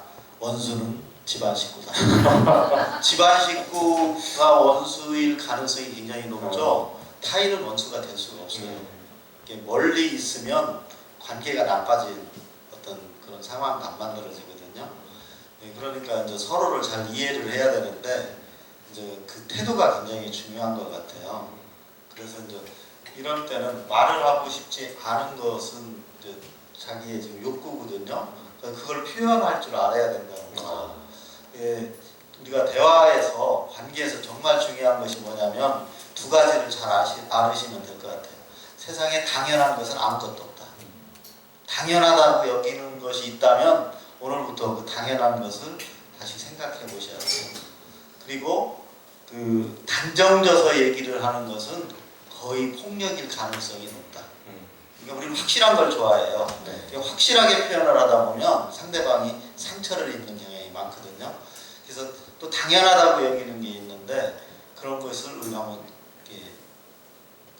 생각해보고 정말 중요한 것은 이제 자각이라고 하는데 자기의 욕구를 표현할 줄 알아야 된다는 거죠. 나 쉬고 싶어. 나 맛있는 거 먹고 싶어. 이런 거죠. 나 잠자고 싶어. 이렇게 해서 자기 의사를 상대방에게 전달을 하고 상대방이 그 욕구를 받아서 배려할 수 있도록 근거를 만들어주는 것이 중요한 거죠. 그러면 이제 이런 분은 먼저 욕구 표현을 하셔야 되는 것이죠. 근데 이제 욕구가 이제 좀 경계해야 될 게 뭐냐면 그 욕구라고 하는 것은 자기가 편안한 상태를 유지하려고 하는 본능인데 인간의 욕심이 생겨서 편안한 상태를 오래 유지하려고 해요. 그 편안한 배부르면 안 먹어야 되는데 그거를 저장해 놓는다는 거죠. 그 동물들은 저장할 줄을 몰라요. 그게 바로 욕구라고 하는 건데요. 그래서 욕구 표현이 정확하고 욕구를 읽어줄 줄 알아야만 관계를 잘할 수 있다는 것이죠. 이런 분은 집에 가서 말을 하고 싶지 않습니다. 그러면은 말을 하고 싶지 않다는 것을 표현해야 돼요. 내가 너무 피곤해서 얘기하기가 어려워. 요 정도만 해도 상대방이 오해하지 않고 받아들일 수 있다는 것이죠. 네, 목사님 감사합니다. 네네, 말씀하시죠. 네, 이거에 대해서 제가 굉장히 공감하는 부분이 있는데요. 제가 지금 이제 대학생을 가르치고 있는데 저희 수업에서 이걸 다루고 있어요. 가족 간의 소통을 다루고 있는데 학생들한테 이제 가족을 어떻게 생각하는지 그리고 가족 중에 한 명에게 내가 하고 싶은 이야기를 편지로 한번 써보라 이런 과제를 내주거든요. 그럼 학생들이 가져온 편지를 읽어보면은 굉장히 많은 수의 아이들이 아빠가 우리하고 이야기를 안 해준다. 그게 되게 아쉽고 불만이다. 아빠 우리랑 좀 얘기 좀 했으면 좋겠다. 그리고 언제가 행복했느냐 그러면 가족끼리 같이 맛있는 거 먹으러 외식 갔을 때 그게 굉장히 많이 나와요. 그러니까 아빠라는 분들의 피곤함도 애들은 알지만 우리하고 놀아주는 거, 그게 뭐냐면은 순간순간을 함께 공유하고 즐기는 건데 그게 영원히 평생에 갈 때 그게 바로 추억이고 그 당시의 행복이거든요. 그래서 오늘은 물론 피곤하지만 늘 피곤하진 않은 거고 그 중에 한 번 정도는 가족들에게 좀 이렇게 할애해주는 시간을 따로 좀 가지려고 하는 마음이 되게 필요할 것 같아요. 아이들이 굉장히 그 부분을 그리워해요. 아빠하고의 대화를. 그러시군요. 그 홍집사님 말씀과 이제 목사님 말씀 좀 종합해서 이제 좀 성경에서의 원리 쪽으로 좀 가보고 싶은데, 나는 대화를 하기 싫어요. 근데 상대편은 대화를 하기 원해요.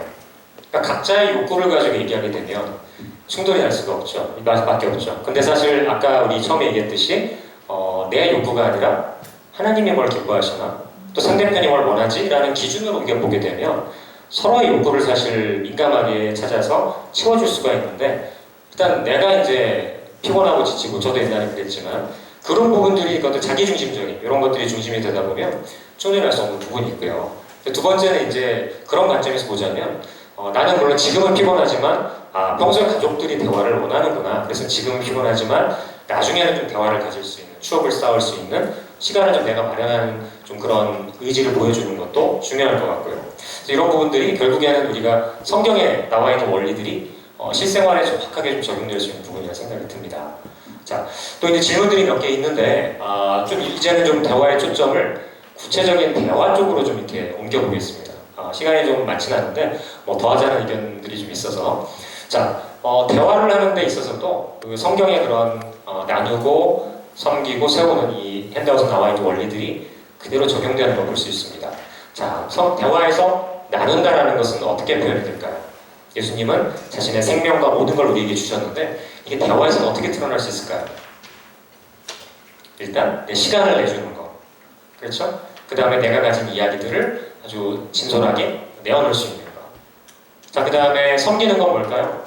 상대편의 얘기를 내가 막 얘기를 먼저 막 주도적으로 하는 게 아니라 상대편의 얘기를 내가 경청해 주는 것이죠. 그게 대화에서의 섬김이죠. 얘기하세요. 전 들어드릴게요. 내가 얘기하는 게 아니라. 세우는 건 뭘까요? 그거는 행동으로 배려해 주는 거죠. 정말 말을 할 때 쏘는 말, 비난하는 말, 어떤 막 그런 심한 말들이 아니라 그 사람을 격려해주고 위로해주고 칭찬해주고 정말 선하고 덕이 있는 말들을 해줌으로써 그 사람을 세워주는 것이죠.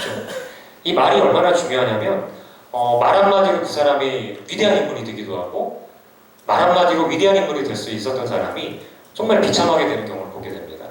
한 가지 예를 들어드리면은 윈스턴 처칠이라는 유명한 영국의 수상이 있잖아요. 사실은 이분이 어렸을 때 초등학교 선생님이 항상 그 학생들한테 이렇게 인사를 하셨다고 그래요. 절을. 그래서 이제 다른 선생님들이 아니 왜 어린애들한테 절을 하냐. 그때 선생님이 하시는 말씀이 내가 가르치는 아이들 중에서 위대한 인물이 나올지도가 아니라 미리 지금 절을 하는 거다. 근데 그 얘기를 들었던 학생들 중에서 영국을 위기수간 처칠이 나왔거든요. 그래서 우리가 그 일상생활에서 과연 예수님을 믿는다고 하지만 이런 나누고 섬기고 세우는 대화의 원리를 잘 우리가 사용하고 있는지 한번 잠깐 생각해보면 좋을 것 같아요.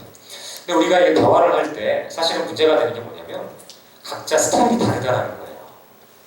스타일이 달라요. 그러니까 내가 다른 스타일의 사람과 만나서 얘기를 하면 이해가 안 되는 거죠. 이 부분에 대해서 좀 아주 유용한 그런 분류를 하신 분이 버지니아 사티어라는 그런 학자신데 그 페이지에 보시면 3페이지부터 있습니다. 2번 버지니아 사티어의 소통 유형. 자, 그래서 여기 보시면 그 세 가지 기준이 있는데요. 하나는 자기, 상황, 타인, 이 세 가지 요소인데 회유형 같은 경우는 자기 무시해요. 그래서 문제가 발생하면 나보다는 상대방의 감정을 먼저 인정하는 거예요. 그래서 자신의 감정과 상황을 막 억압을 하는 것이죠. 그러다가 이제 사회생활 할 때 이런 사람을 만나면 막 상대방을 이렇게 배려해주고 그렇게 하니까 굉장히 성격도 좋고 좋은 사람이라고 생각을 해요. 근데 이런 것들이 계속해서 누적이 되다 보면 어떻게 될까요? 한순간에 막 감정이 막 핵폭탄처럼 뽕 터지고 나오면 굉장히 무서울 수가 있죠. 또 이제 비난형을 보시면 이제 반대예요. 내가 옳다는 확신이 강하기 때문에 무조건 문제 생기면 막 다른 사람 비난하고 환경 탓하고 겉으로 막 굉장히 막 불같이 화를 내는 거예요. 사실은 내면을 들어가 보면 굉장히 여린 사람들이죠. 또 이제 초이 성형 같은 경우는 굉장히 막 다른 사람들은 난리를 치는데 혼자 냉정하게 아주 논리적으로 합리적으로 자기 주장을 관철시키는 사람들이 또 있습니다. 선만형은 막 당신 이거 잘못했잖아 얘기하면 막 엉뚱한 딴청 부려요. 막 엉뚱한 얘기하고 막 그런 거 빠져나가고요. 가장 바람직한 것은 일치형인데 나 자신도 존중하고 타인도 존중하면서 상황도 고려하는 맥락에서 상황이라는 것은 대화에 이런 부분에 우리가 대화가 될 수 있다면 굉장히 바람직할 것 같아요. 제가 목사님께 한번 좀 여쭤보겠는데 자, 이 사티어의 그런 소통 유형에 대한 차이가 우리 좀 구체적인 대화에 좀 드러날 수 있는 그런 방법이나 어떤 것이 좀 있을지 궁금합니다. 이제 의사소통 유형이라고 그러죠. 그런데 이게 그 성장 과정, 양육 과정에서 형성돼서 아마 여기 계신 분들도 자기가 어느 유형에 속하는지 이렇게 감지를 하셨을 것 같아요. 네, 그런데 이제 이게 일치형으로 가려고 하는 건 제가 아까도 말씀드렸듯이 훈련을 통해야 되는데 제일 중요한 것은 일단 그래서 대인관계를 잘하려면 자기 이해를 먼저 해야 되는 거죠. 자기 이해를 하고 그다음에 자기를 받아들이는 거, 자기 수용이라고 하거든요. 자기 수용을 하고 그다음에 내가 나를 이해한 것처럼 상대방도 이해를 해야 되고 타인 이해를 할 줄 알아야 되는데 타인이 대상이거든요. 그럼 타인은 여자나 남자냐, 나이가 많냐, 적냐 이런 거에 따라서 달라지는 것이죠. 그래서 이제 여기 지금 나타난 사티어 유형처럼 자기를 무시하고 타인을 무시하고 상황을 무시하고 이런 그것을 세 가지를 다 무시하고 이런 상황이 있어요. 그러면 자기는 어느 형인가를 보고 부족한 것을 인정하려고 하는 노력이 굉장히 필요하죠. 네. 그래서 우리가 대화를 할 때에도 자기가 부족한 부분을 채워갈 수 있도록 훈련이 되어야 된다는 것이죠. 네. 그래서 대화는 이게 하루아침에 잘 되는 것이 아니라는 것이고 그리고 또 완벽하게 잘한다는 건 있을 수 없는 것이고 오늘 연습하면 내일은 조금 낫게 조금 좋아질 수 있다 이런 것입니다. 네. 근데 저 뒤에도 나오시겠지만 대화법을 좀 공부를 해본 중에서 제일 좋은 대화법은 교회에서 몇 번 했었어요. 비폭력 대화의 그 공식인데 그 비폭력 대화에 대해서 공부를 해보시면 굉장히 좋은 대화를 할 수 있다 이렇게 표현이 됩니다. 네, 감사합니다. 그 목사님께 비폭력 대화에 대해서 잠시 후에 또 잠깐 질문 드리겠는데 5페이지의 사례 2를 한번 봐주시면 좋겠습니다. 5페이지에 가시면은 그 K 집사님의 이야기가 나오는데요. K 집사는 서울에 있는 한 중형교회 다니고 있는 30대 후반 남집사입니다. 초등학생 두 자녀가 있고요. 또 제2 장로님은 60대 초반의 개인 사업가입니다. 홍 집사님이 한번 그 K를 한번 해주세요. 제가 제의를 해보겠습니다. K 집사 요즘 구역 모임에 뜸하네. 무슨 일 있나?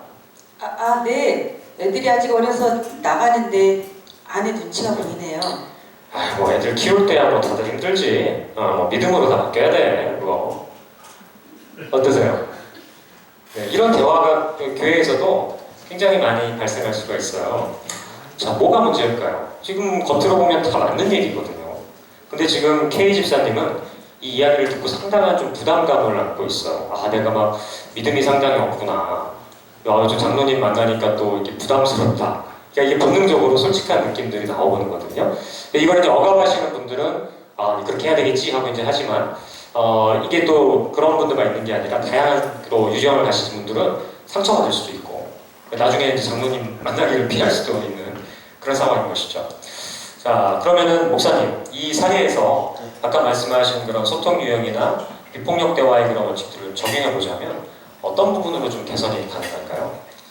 이제 구체화가 안 됐다는 것이죠. 이제 여기서 보면 아직 어려서 나가는데 안에 눈치가 보이네요. 그러면은 물어봤을 때 눈치가 보이는 면이 어떤 점인가요? 이제 좀 구체화시켜서 그 사람이 가지고 있는 고민을 좀 서로 소통할 수 있도록 이렇게 이끌어가야 되는데 이분은 어떻게 했냐면 애들 키울 때 다 그렇지 이렇게 다 힘들지 일반화를 시켰어요. 일반화군요. 그러면 이제 이게 내 얘기가 아니거든요. 그러면 이제 자기가 소외당한 느낌을 갖는 것이죠. 그리고 그분이 나를 전혀 이해하지 못하는구나, 이해할 마음이 없구나 이렇게 마음이 들어간다는 것이죠. 네. 그 목사님께서 말씀하신 거의 그 포인트가 일단은 공감, 그리고 그 사람의 관점에서 봐주는 아까 우리 얘기했던 원리들이 그대로 나온 거거든요. 그러니까는 이 집사님은 뭐 저도 경험하고 있지만 내가 이제 교회를 가면 아내 혼자 이제 자녀들을 데리고 씨름을 해야 되니까 눈치가 보이고 그냥 교회 혼자 가기 그렇고 내가 모르겠다 집에서 해보자 뭐 이렇게 선택을 하신 건데 물론 이제 교회 다 가는 게 좋죠. 그건 정답인데 이런 과정 가운데 이런 것들이 있을 때 교회 리더로서 어떻게 이런 것들을 좀 받아줄 수 있을까? 목사님께서 얘기하신 것처럼 그렇군요. 일단 공감을 해주면 좋을 것 같아요. 애들이 아직 어리군요. 고생이 많겠어요. 자, 그 안에 어떻게 좀 구체적으로 눈치가 보이는 부분이 뭔가요? 이렇게 좀 질문해주면 그 질문의 초점은 일반적인 게 아니라 자기 얘기가 되겠죠. 사실은요, 아내가 지금 좀 몸이 안 좋은데 제가 또 교회 오면 혼자 애들을 봐야 되니까 체력적으로 많이 한계가 오는 것 같아요. 그렇군요. 좀 사모님이 건강이 좀 안 좋은 것 같네요. 좀 많이 힘들겠지만 제가 기도해 드릴게요. 힘내세요. 만약 이런 쪽으로 이렇게 대화가 갔다면 장로님은 나의 상황들을 이해를 해주시는구나. 이런 게 이제 공감대가 생기니까 어떤 나중에 신앙적인 문제가 생겼을 때 찾아올 수도 있고 또 편안한 그런 성도 간의 교제가 될 수도 있다는 생각이 듭니다. 자, 그래서 4번을 보시면 그 효과적인 대화를 위한 그런 요소들이 몇 가지가 나와 있는데 방금 그 말씀드린 건 일단 공감이에요. 상대편이 자기 얘기를 했을 때 남들 다 그렇지 뭐 그런 일반화가 아니라 그런 상황이 있군요 라는 것을 먼저 공감해주고 인정해주려는 노력이 필요한 것 같습니다.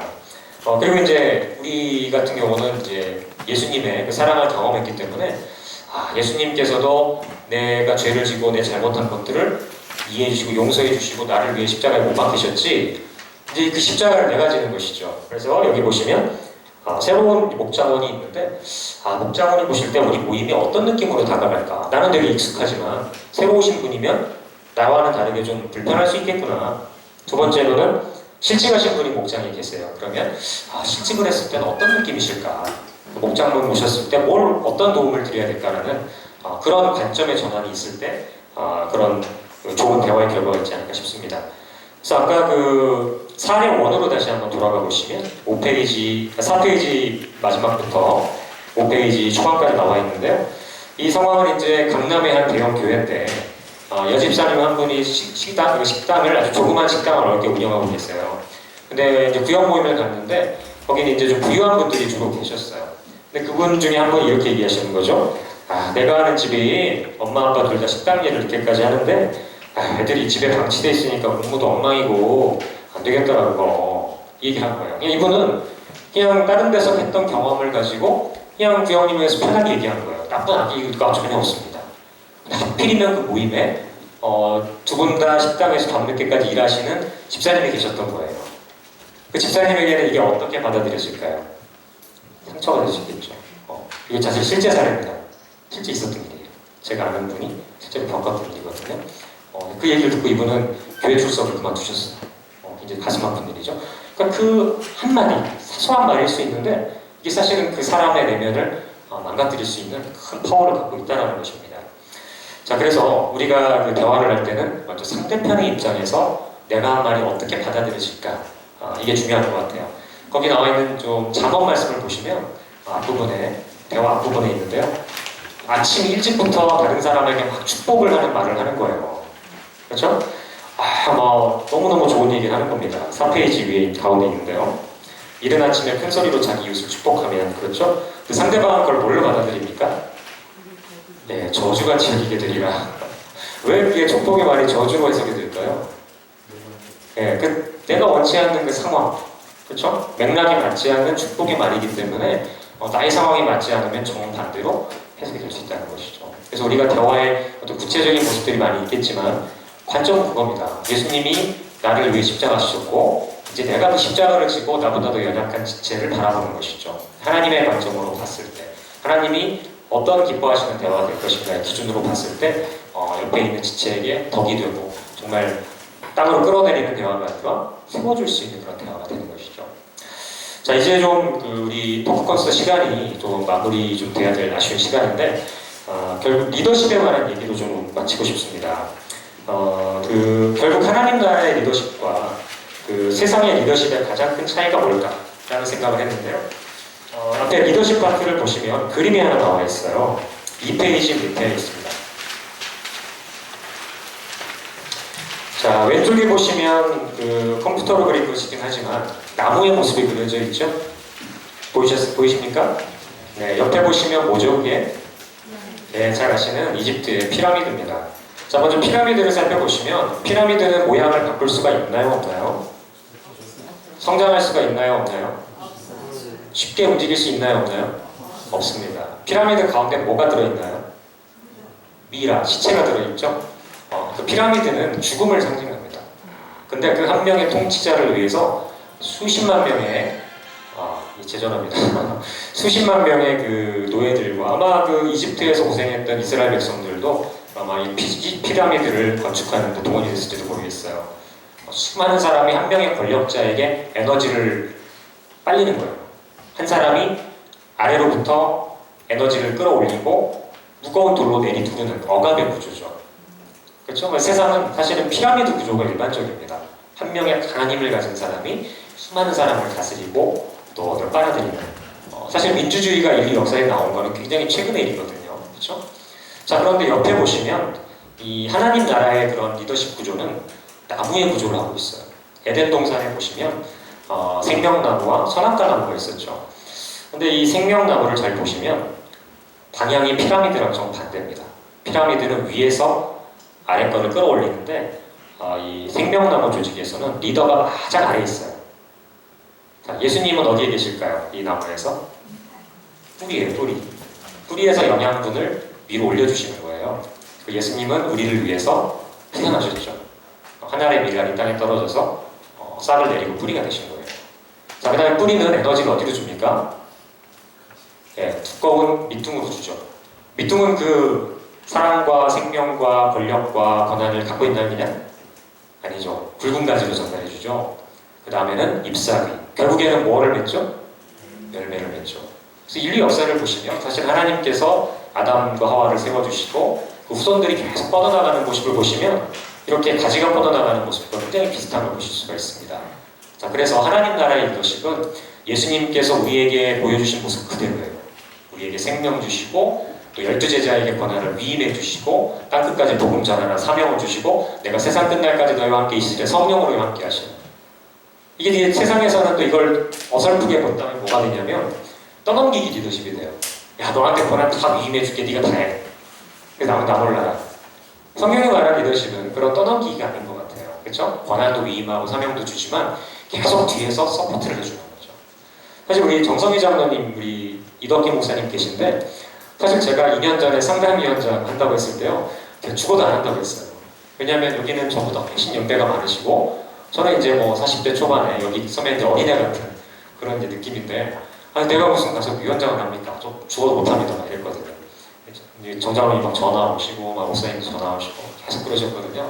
제가 안 한다고 해가지고 제가 위원장을 맡고도 되게 걱정을 많이 했어요. 도대체 이게 어르신들하고 내가 어떻게 내가 위원장을 할 수 있나? 내가 뭐 여기 보조로 들어가는 건 할 수 있겠는데 내가 어디서 리더 역할을 하지? 근데 제가 해보니까 쓸데없는 걱정이었어요.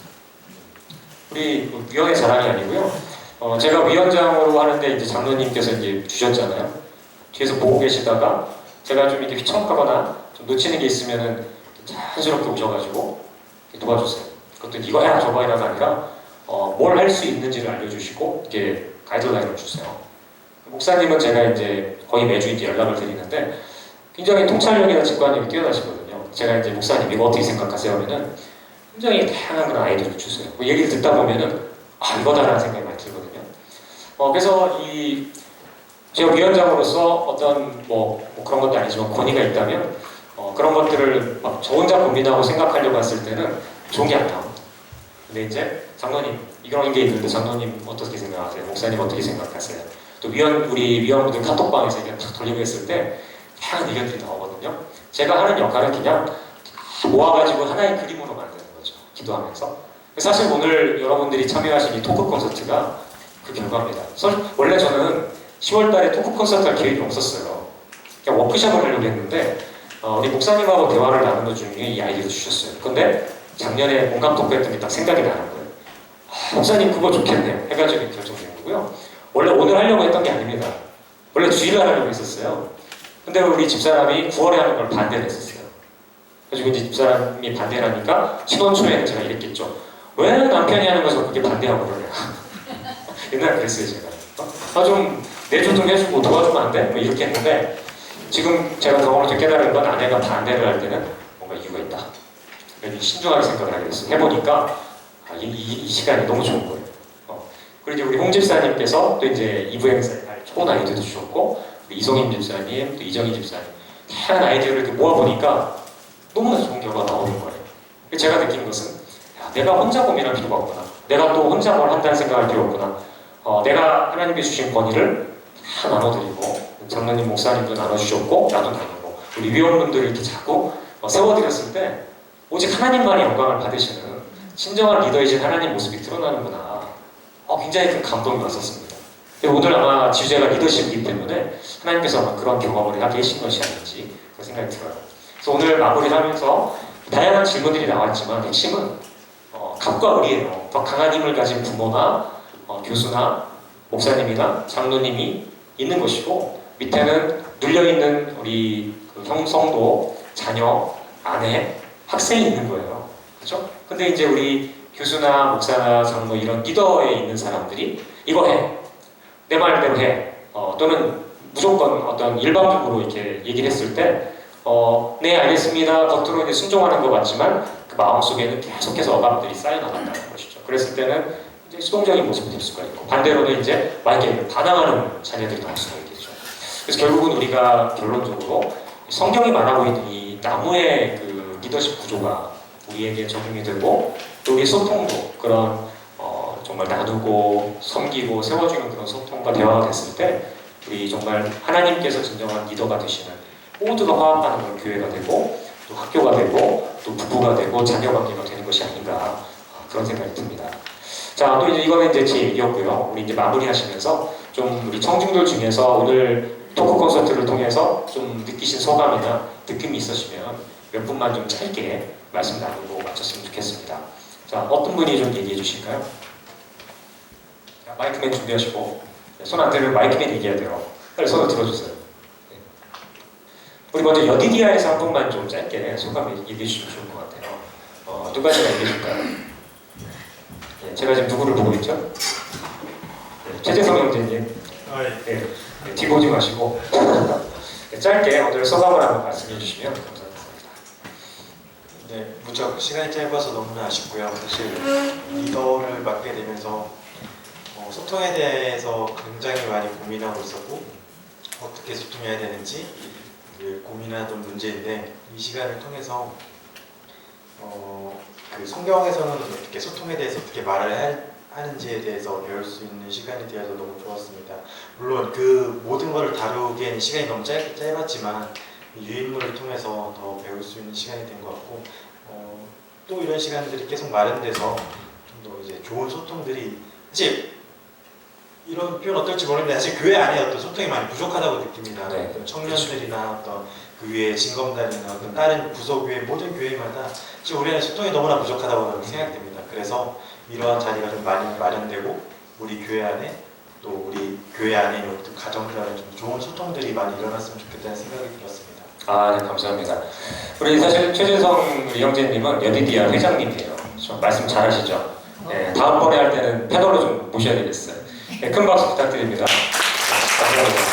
자, 이번에는 이제 이쪽으로 와서 또 한 분 좀 말씀 들어봤으면 좋겠어요. 근데 제 눈에 지금 막 들어오는 분이 계시네요. 고등부 조현우 목사님. 자, 우리 목사님 오늘 같이 하시면서 또 목회자로서 느끼신 분이 있으셨을 것 같은데 좀 짧게 얘기해 주시면 감사하겠습니다. 네, 뭐 좋았고요. 되게 좋았고요. 다음에 좀 더 여유 있는 시간에 더 많은 이야기들을 나눌 수 있는 기회를 또 만들어 주시면 좋을 것 같습니다. 네, 감사합니다, 목사님. 그렇게 노력하겠습니다. 자, 그러면 우리 이송임 집사님 오늘 어떻게 좀 보셨는지도 짧게 얘기해 주시면 좋을 것 같아요.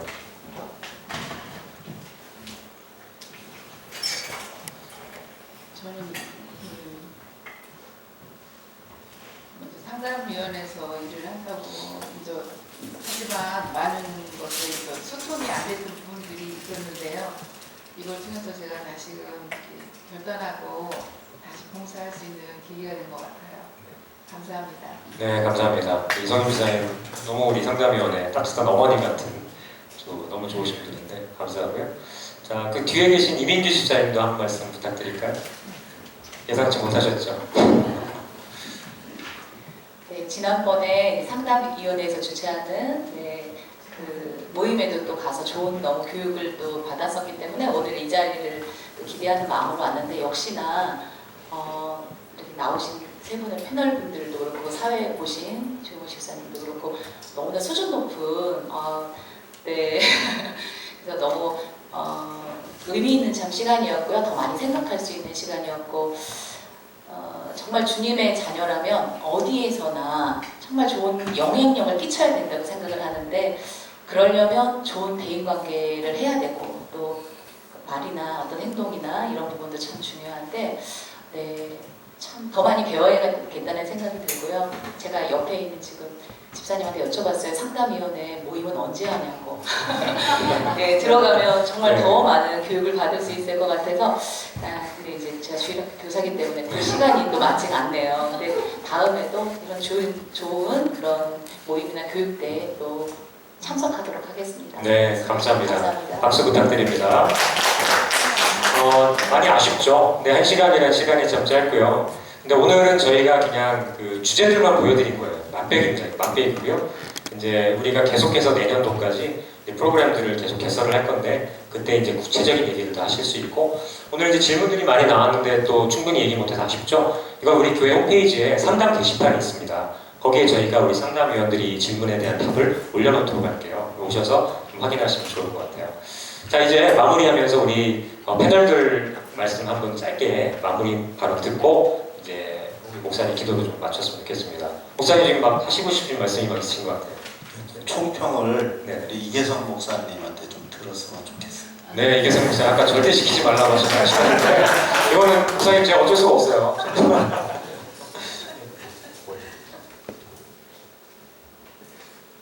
네, 너무 좋은 시간이었습니다. 네. 총평이 되나 모르겠습니다. 네. 현실과 많은 차이점은 있습니다. 사실 대화 소통 리더십과 지금 나온 이야기들 현실과 차이점이 참 많이 있지만 어쨌든 이것을 이겨내기 위해서는 본인 스스로를 좀 다시 돌아볼 수 있는 시간이 되었던 것 같습니다. 하나님 안에서 나 스스로를 다시 한번 돌아보고 가족들이라든지 성도들이라든지 또 내가 만난 사람들을 대하면은 그게 참 많은 변화가 있지 않을까 싶습니다. 먼저는 좀 나를 돌아보는 시간이 좀 되었던 것 같습니다. 네, 수고하셨습니다. 너무 감사합니다. 네, 피곤하신 분들 와주시죠. 자, 우리 홍 집사님 짧게 마무리 발언 해주시고 장로님 그리고 이제 목사님 말씀 듣도록 하겠습니다. 위원장님 여기 앉았더니 마이크가 너무 많이 오는 느낌이. 네, 저는 100사람을 만나면 100가지의 배울 점이 있는 게 인생인 것 같아요. 그래서 끝없이 우리는 배워가는 존재인데 그래서 그러셨다 그러잖아요. 나는 지금 공사 중입니다. 네, 그래서 저도 항상 공사 중인 사람이고요. 오늘 유익한 말씀을 통해서 저도 많이 배웠고 그래서 오늘 이 자리를 빌어서 또 하나님께 감사드리는 마음이 되게 크고 그렇습니다. 네, 감사합니다. 수고하셨고요. 우리 장정희 장로님. 예, 오늘 정말 이 자리를 통해서 저 자신이 또 새롭게 또 많은 걸 또 배우고 갑니다. 세월이 중요한 게 아니고 몇십 년을 봉사했다는 그게 중요한 게 아니라 오늘 하루가 더 소중했고 또 이 자리에 같이 했던 모든 분들이 분야별로 다 계시네요. 이 모든 분들을 통해서 하나님이 또 우리 교회를 어떤 식으로 어떤 모습으로 또 다시 세울까 기대가 큽니다. 앞으로 우리 멋있게 한번 해봅시다. 네, 감사합니다. 우리 목사님 부탁드립니다. 엉뚱하게 두 가지 말씀드리겠습니다. 하나는 오늘 축구를 한다네요. 그래서 제가 아이들한테 이렇게 질문을 해요. 운동장에서 축구할 때 어떤 사람이 가장 즐거울까? 그럼 답이 딱 나오죠. 골 있는 사람. 이렇게 얘기를 합니다. 이게 결과 중심이라는 거죠. 성취 중심인데 우리가 여기 이런 함정에 빠져 있다는 거죠. 근데 사실은 90분 내내 볼을 한 번도 못 찼지만 쉬지 않고 볼을 한번 차보려고 열심히 뛴 사람이 가장 즐겁다는 거죠. 네, 과정이 중요하다는 것이고, 그래서 이렇게 나와 계신 여러분들이 바로 그 즐거움을 소유했다 이렇게 볼 수 있다는 겁니다. 또 하나는 호저의 딜라마라고 하죠. 고슴도치보다 이 가시가 크다고 해요. 그래서 이 춥거나 그러면은 서로 가까이 모인대요. 좋아해도 모이고. 그래서 상대방의 가시가 자기를 찔러서 죽고 또 내 가시가 상대방을 찔러서 죽는다고 그래요. 그래서 우리는 사랑하기 전에 그 마음의 상처를 치유하라는 거죠. 마음의 가시를 빼고 사랑을 해라 이러거든요. 우리 사랑의 이름으로 상대방을 억압하고 구속하고 이런 경우가 너무 많다는 거죠. 가족 간의 이야기들이. 그래서 우리가 이걸 해결하는 방법은 자기 모습, 자기를 탐색해야 되는데 그 탐색을 도와주는 것이 바로 상담이라는 것이죠. 그래서 상담실을 많이 찾아오는 사람이 자기가 성장하고 회복되는데 지름길이 될 수 있다는 거죠. 예, 그 상담은 도와드리는 것이지 문제를 해결해 드리는 건 아니라는 거 말씀드리고 싶습니다. 네, 목사님께서 이제 굉장히 중요한 얘기 해주셨는데 이제 상담위원회 활동하다 보면 이제 우리 성도님들이 상담위원회 뭐 하는데요? 이런 질문도 많이 하시는데 상담이라는 게 어떤 뭐 정신적인 문제가 있는 사람만 가는 걸로 굉장히 잘못 알고 계시더라고요. 그런 게 아니고 아주 소소한 대화부터 문제까지 우리 경청해드리고 문제 해결은 하나님께서 하시는 것이고 저희는 옆에서 그 문제를 좀 객관적으로 보고 하나님께 더 가까이 나아갈 수 있도록 돕는 곳이 제 상담위원회입니다. 많이 찾아주시고요. 제가 한 가지만 말씀드리고 우리 목사님 기도로 일부를 마치겠습니다. 사실 오늘 저희 토크 콘서트에 많은 영감과 또 격려해주신 분이 우리 조경호 담임 목사님이시거든요. 그래서 우리 교회가 이제 많은 소통의 어려움이 있었잖아요. 근데 목사님 오셔서 사실은 이제 보시면 아시겠지만 지금 모란병 교회를 포함해서 진검다리 또 부자교회 굉장히 다양한 그 리더들이 지금 발굴이 돼서 세워지고 또 다양한 그런 모습들로 교회들이 이제 좀 돌아가기 시작했죠. 또 지역교회 또 이제 사회교회, 부서교회 이런 식으로 점점 교회가 좀 이렇게 활기를 띠고 있습니다. 그게 뭐냐면 한 사람이 이 권한과 권력을 갖고 있는 게 아니라 나눠주고 세워주니까 아까 나무처럼 생명력이 가져지는 거예요. 한 명이 다 이렇게 잡고 있으면 이게 안 되는데 그래서 이제 우리 담임 목사님께서 계속 설교나 칼럼을 통해서 우리에게 도전 주시고 계신 게 평신도 사역자들을 좀 세우겠다. 또 이번에 또 안주집사님 10분이 세워주셨죠.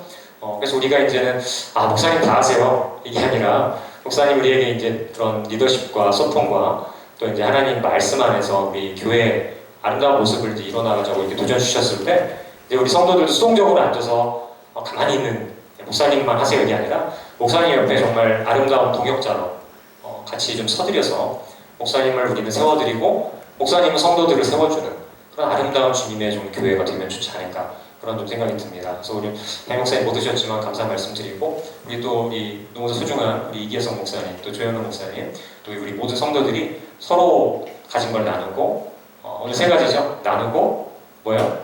섬기고 세우는 세 가지만 기억하고 가시면 될 것 같아요. 우리 잠깐 안내 말씀드리면 시간이 좀 많이 늦어지긴 했는데요. 한 30분 정도 커피숍에서 2부 순서가 있어요. 2부 순서는 여러분들이 그런 구체적인 대화에 대해서 잠깐 연습하고 자신들의 문제에 대해서 개인 문제를 좀 얘기할 수 있는 그런 시간이거든요. 그래서 부끄러워하지 마시고 저도 제 얘기 오늘 다 공개했잖아요. 그렇죠? 그래서 우리 1부 순서 끝나면 목사님 기도하시면 다 같이 사진 한번 찍으시고 그 다음에 커피숍 이동하셔서 소그룹으로 나눠서 좀 더 의미 있는 대화 나누고 마치도록 하겠습니다. 우리 이덕기 목사님 기도로 1부를 마치겠습니다. 하나님 아버지 감사합니다. 우리가 함께 모여서 나눌 수 있도록 인도하시고 함께 해주시니 감사합니다. 아버지 하나님 무엇보다도 이 시간 이후에 우리의 자녀, 우리의 배우자, 이웃 어떤 상황과 어떤 처지에 있는 모든 사람들이 다 하나님 형상으로 빚어졌다는 걸 깨닫게 하시고 하나님 형상으로 볼 수 있는 문을 열어 모두를 존중하고 모두를 섬기고 세우고 회복시킬 수 있는 역할을 감당하기에 부족함이 없도록 인도하여 주시옵소서. 감사하고 예수님의 이름으로 기도하옵나이다. 아멘. 네, 수고 많으셨습니다. 자, 이제 앞에 나오셔서 우리 다 같이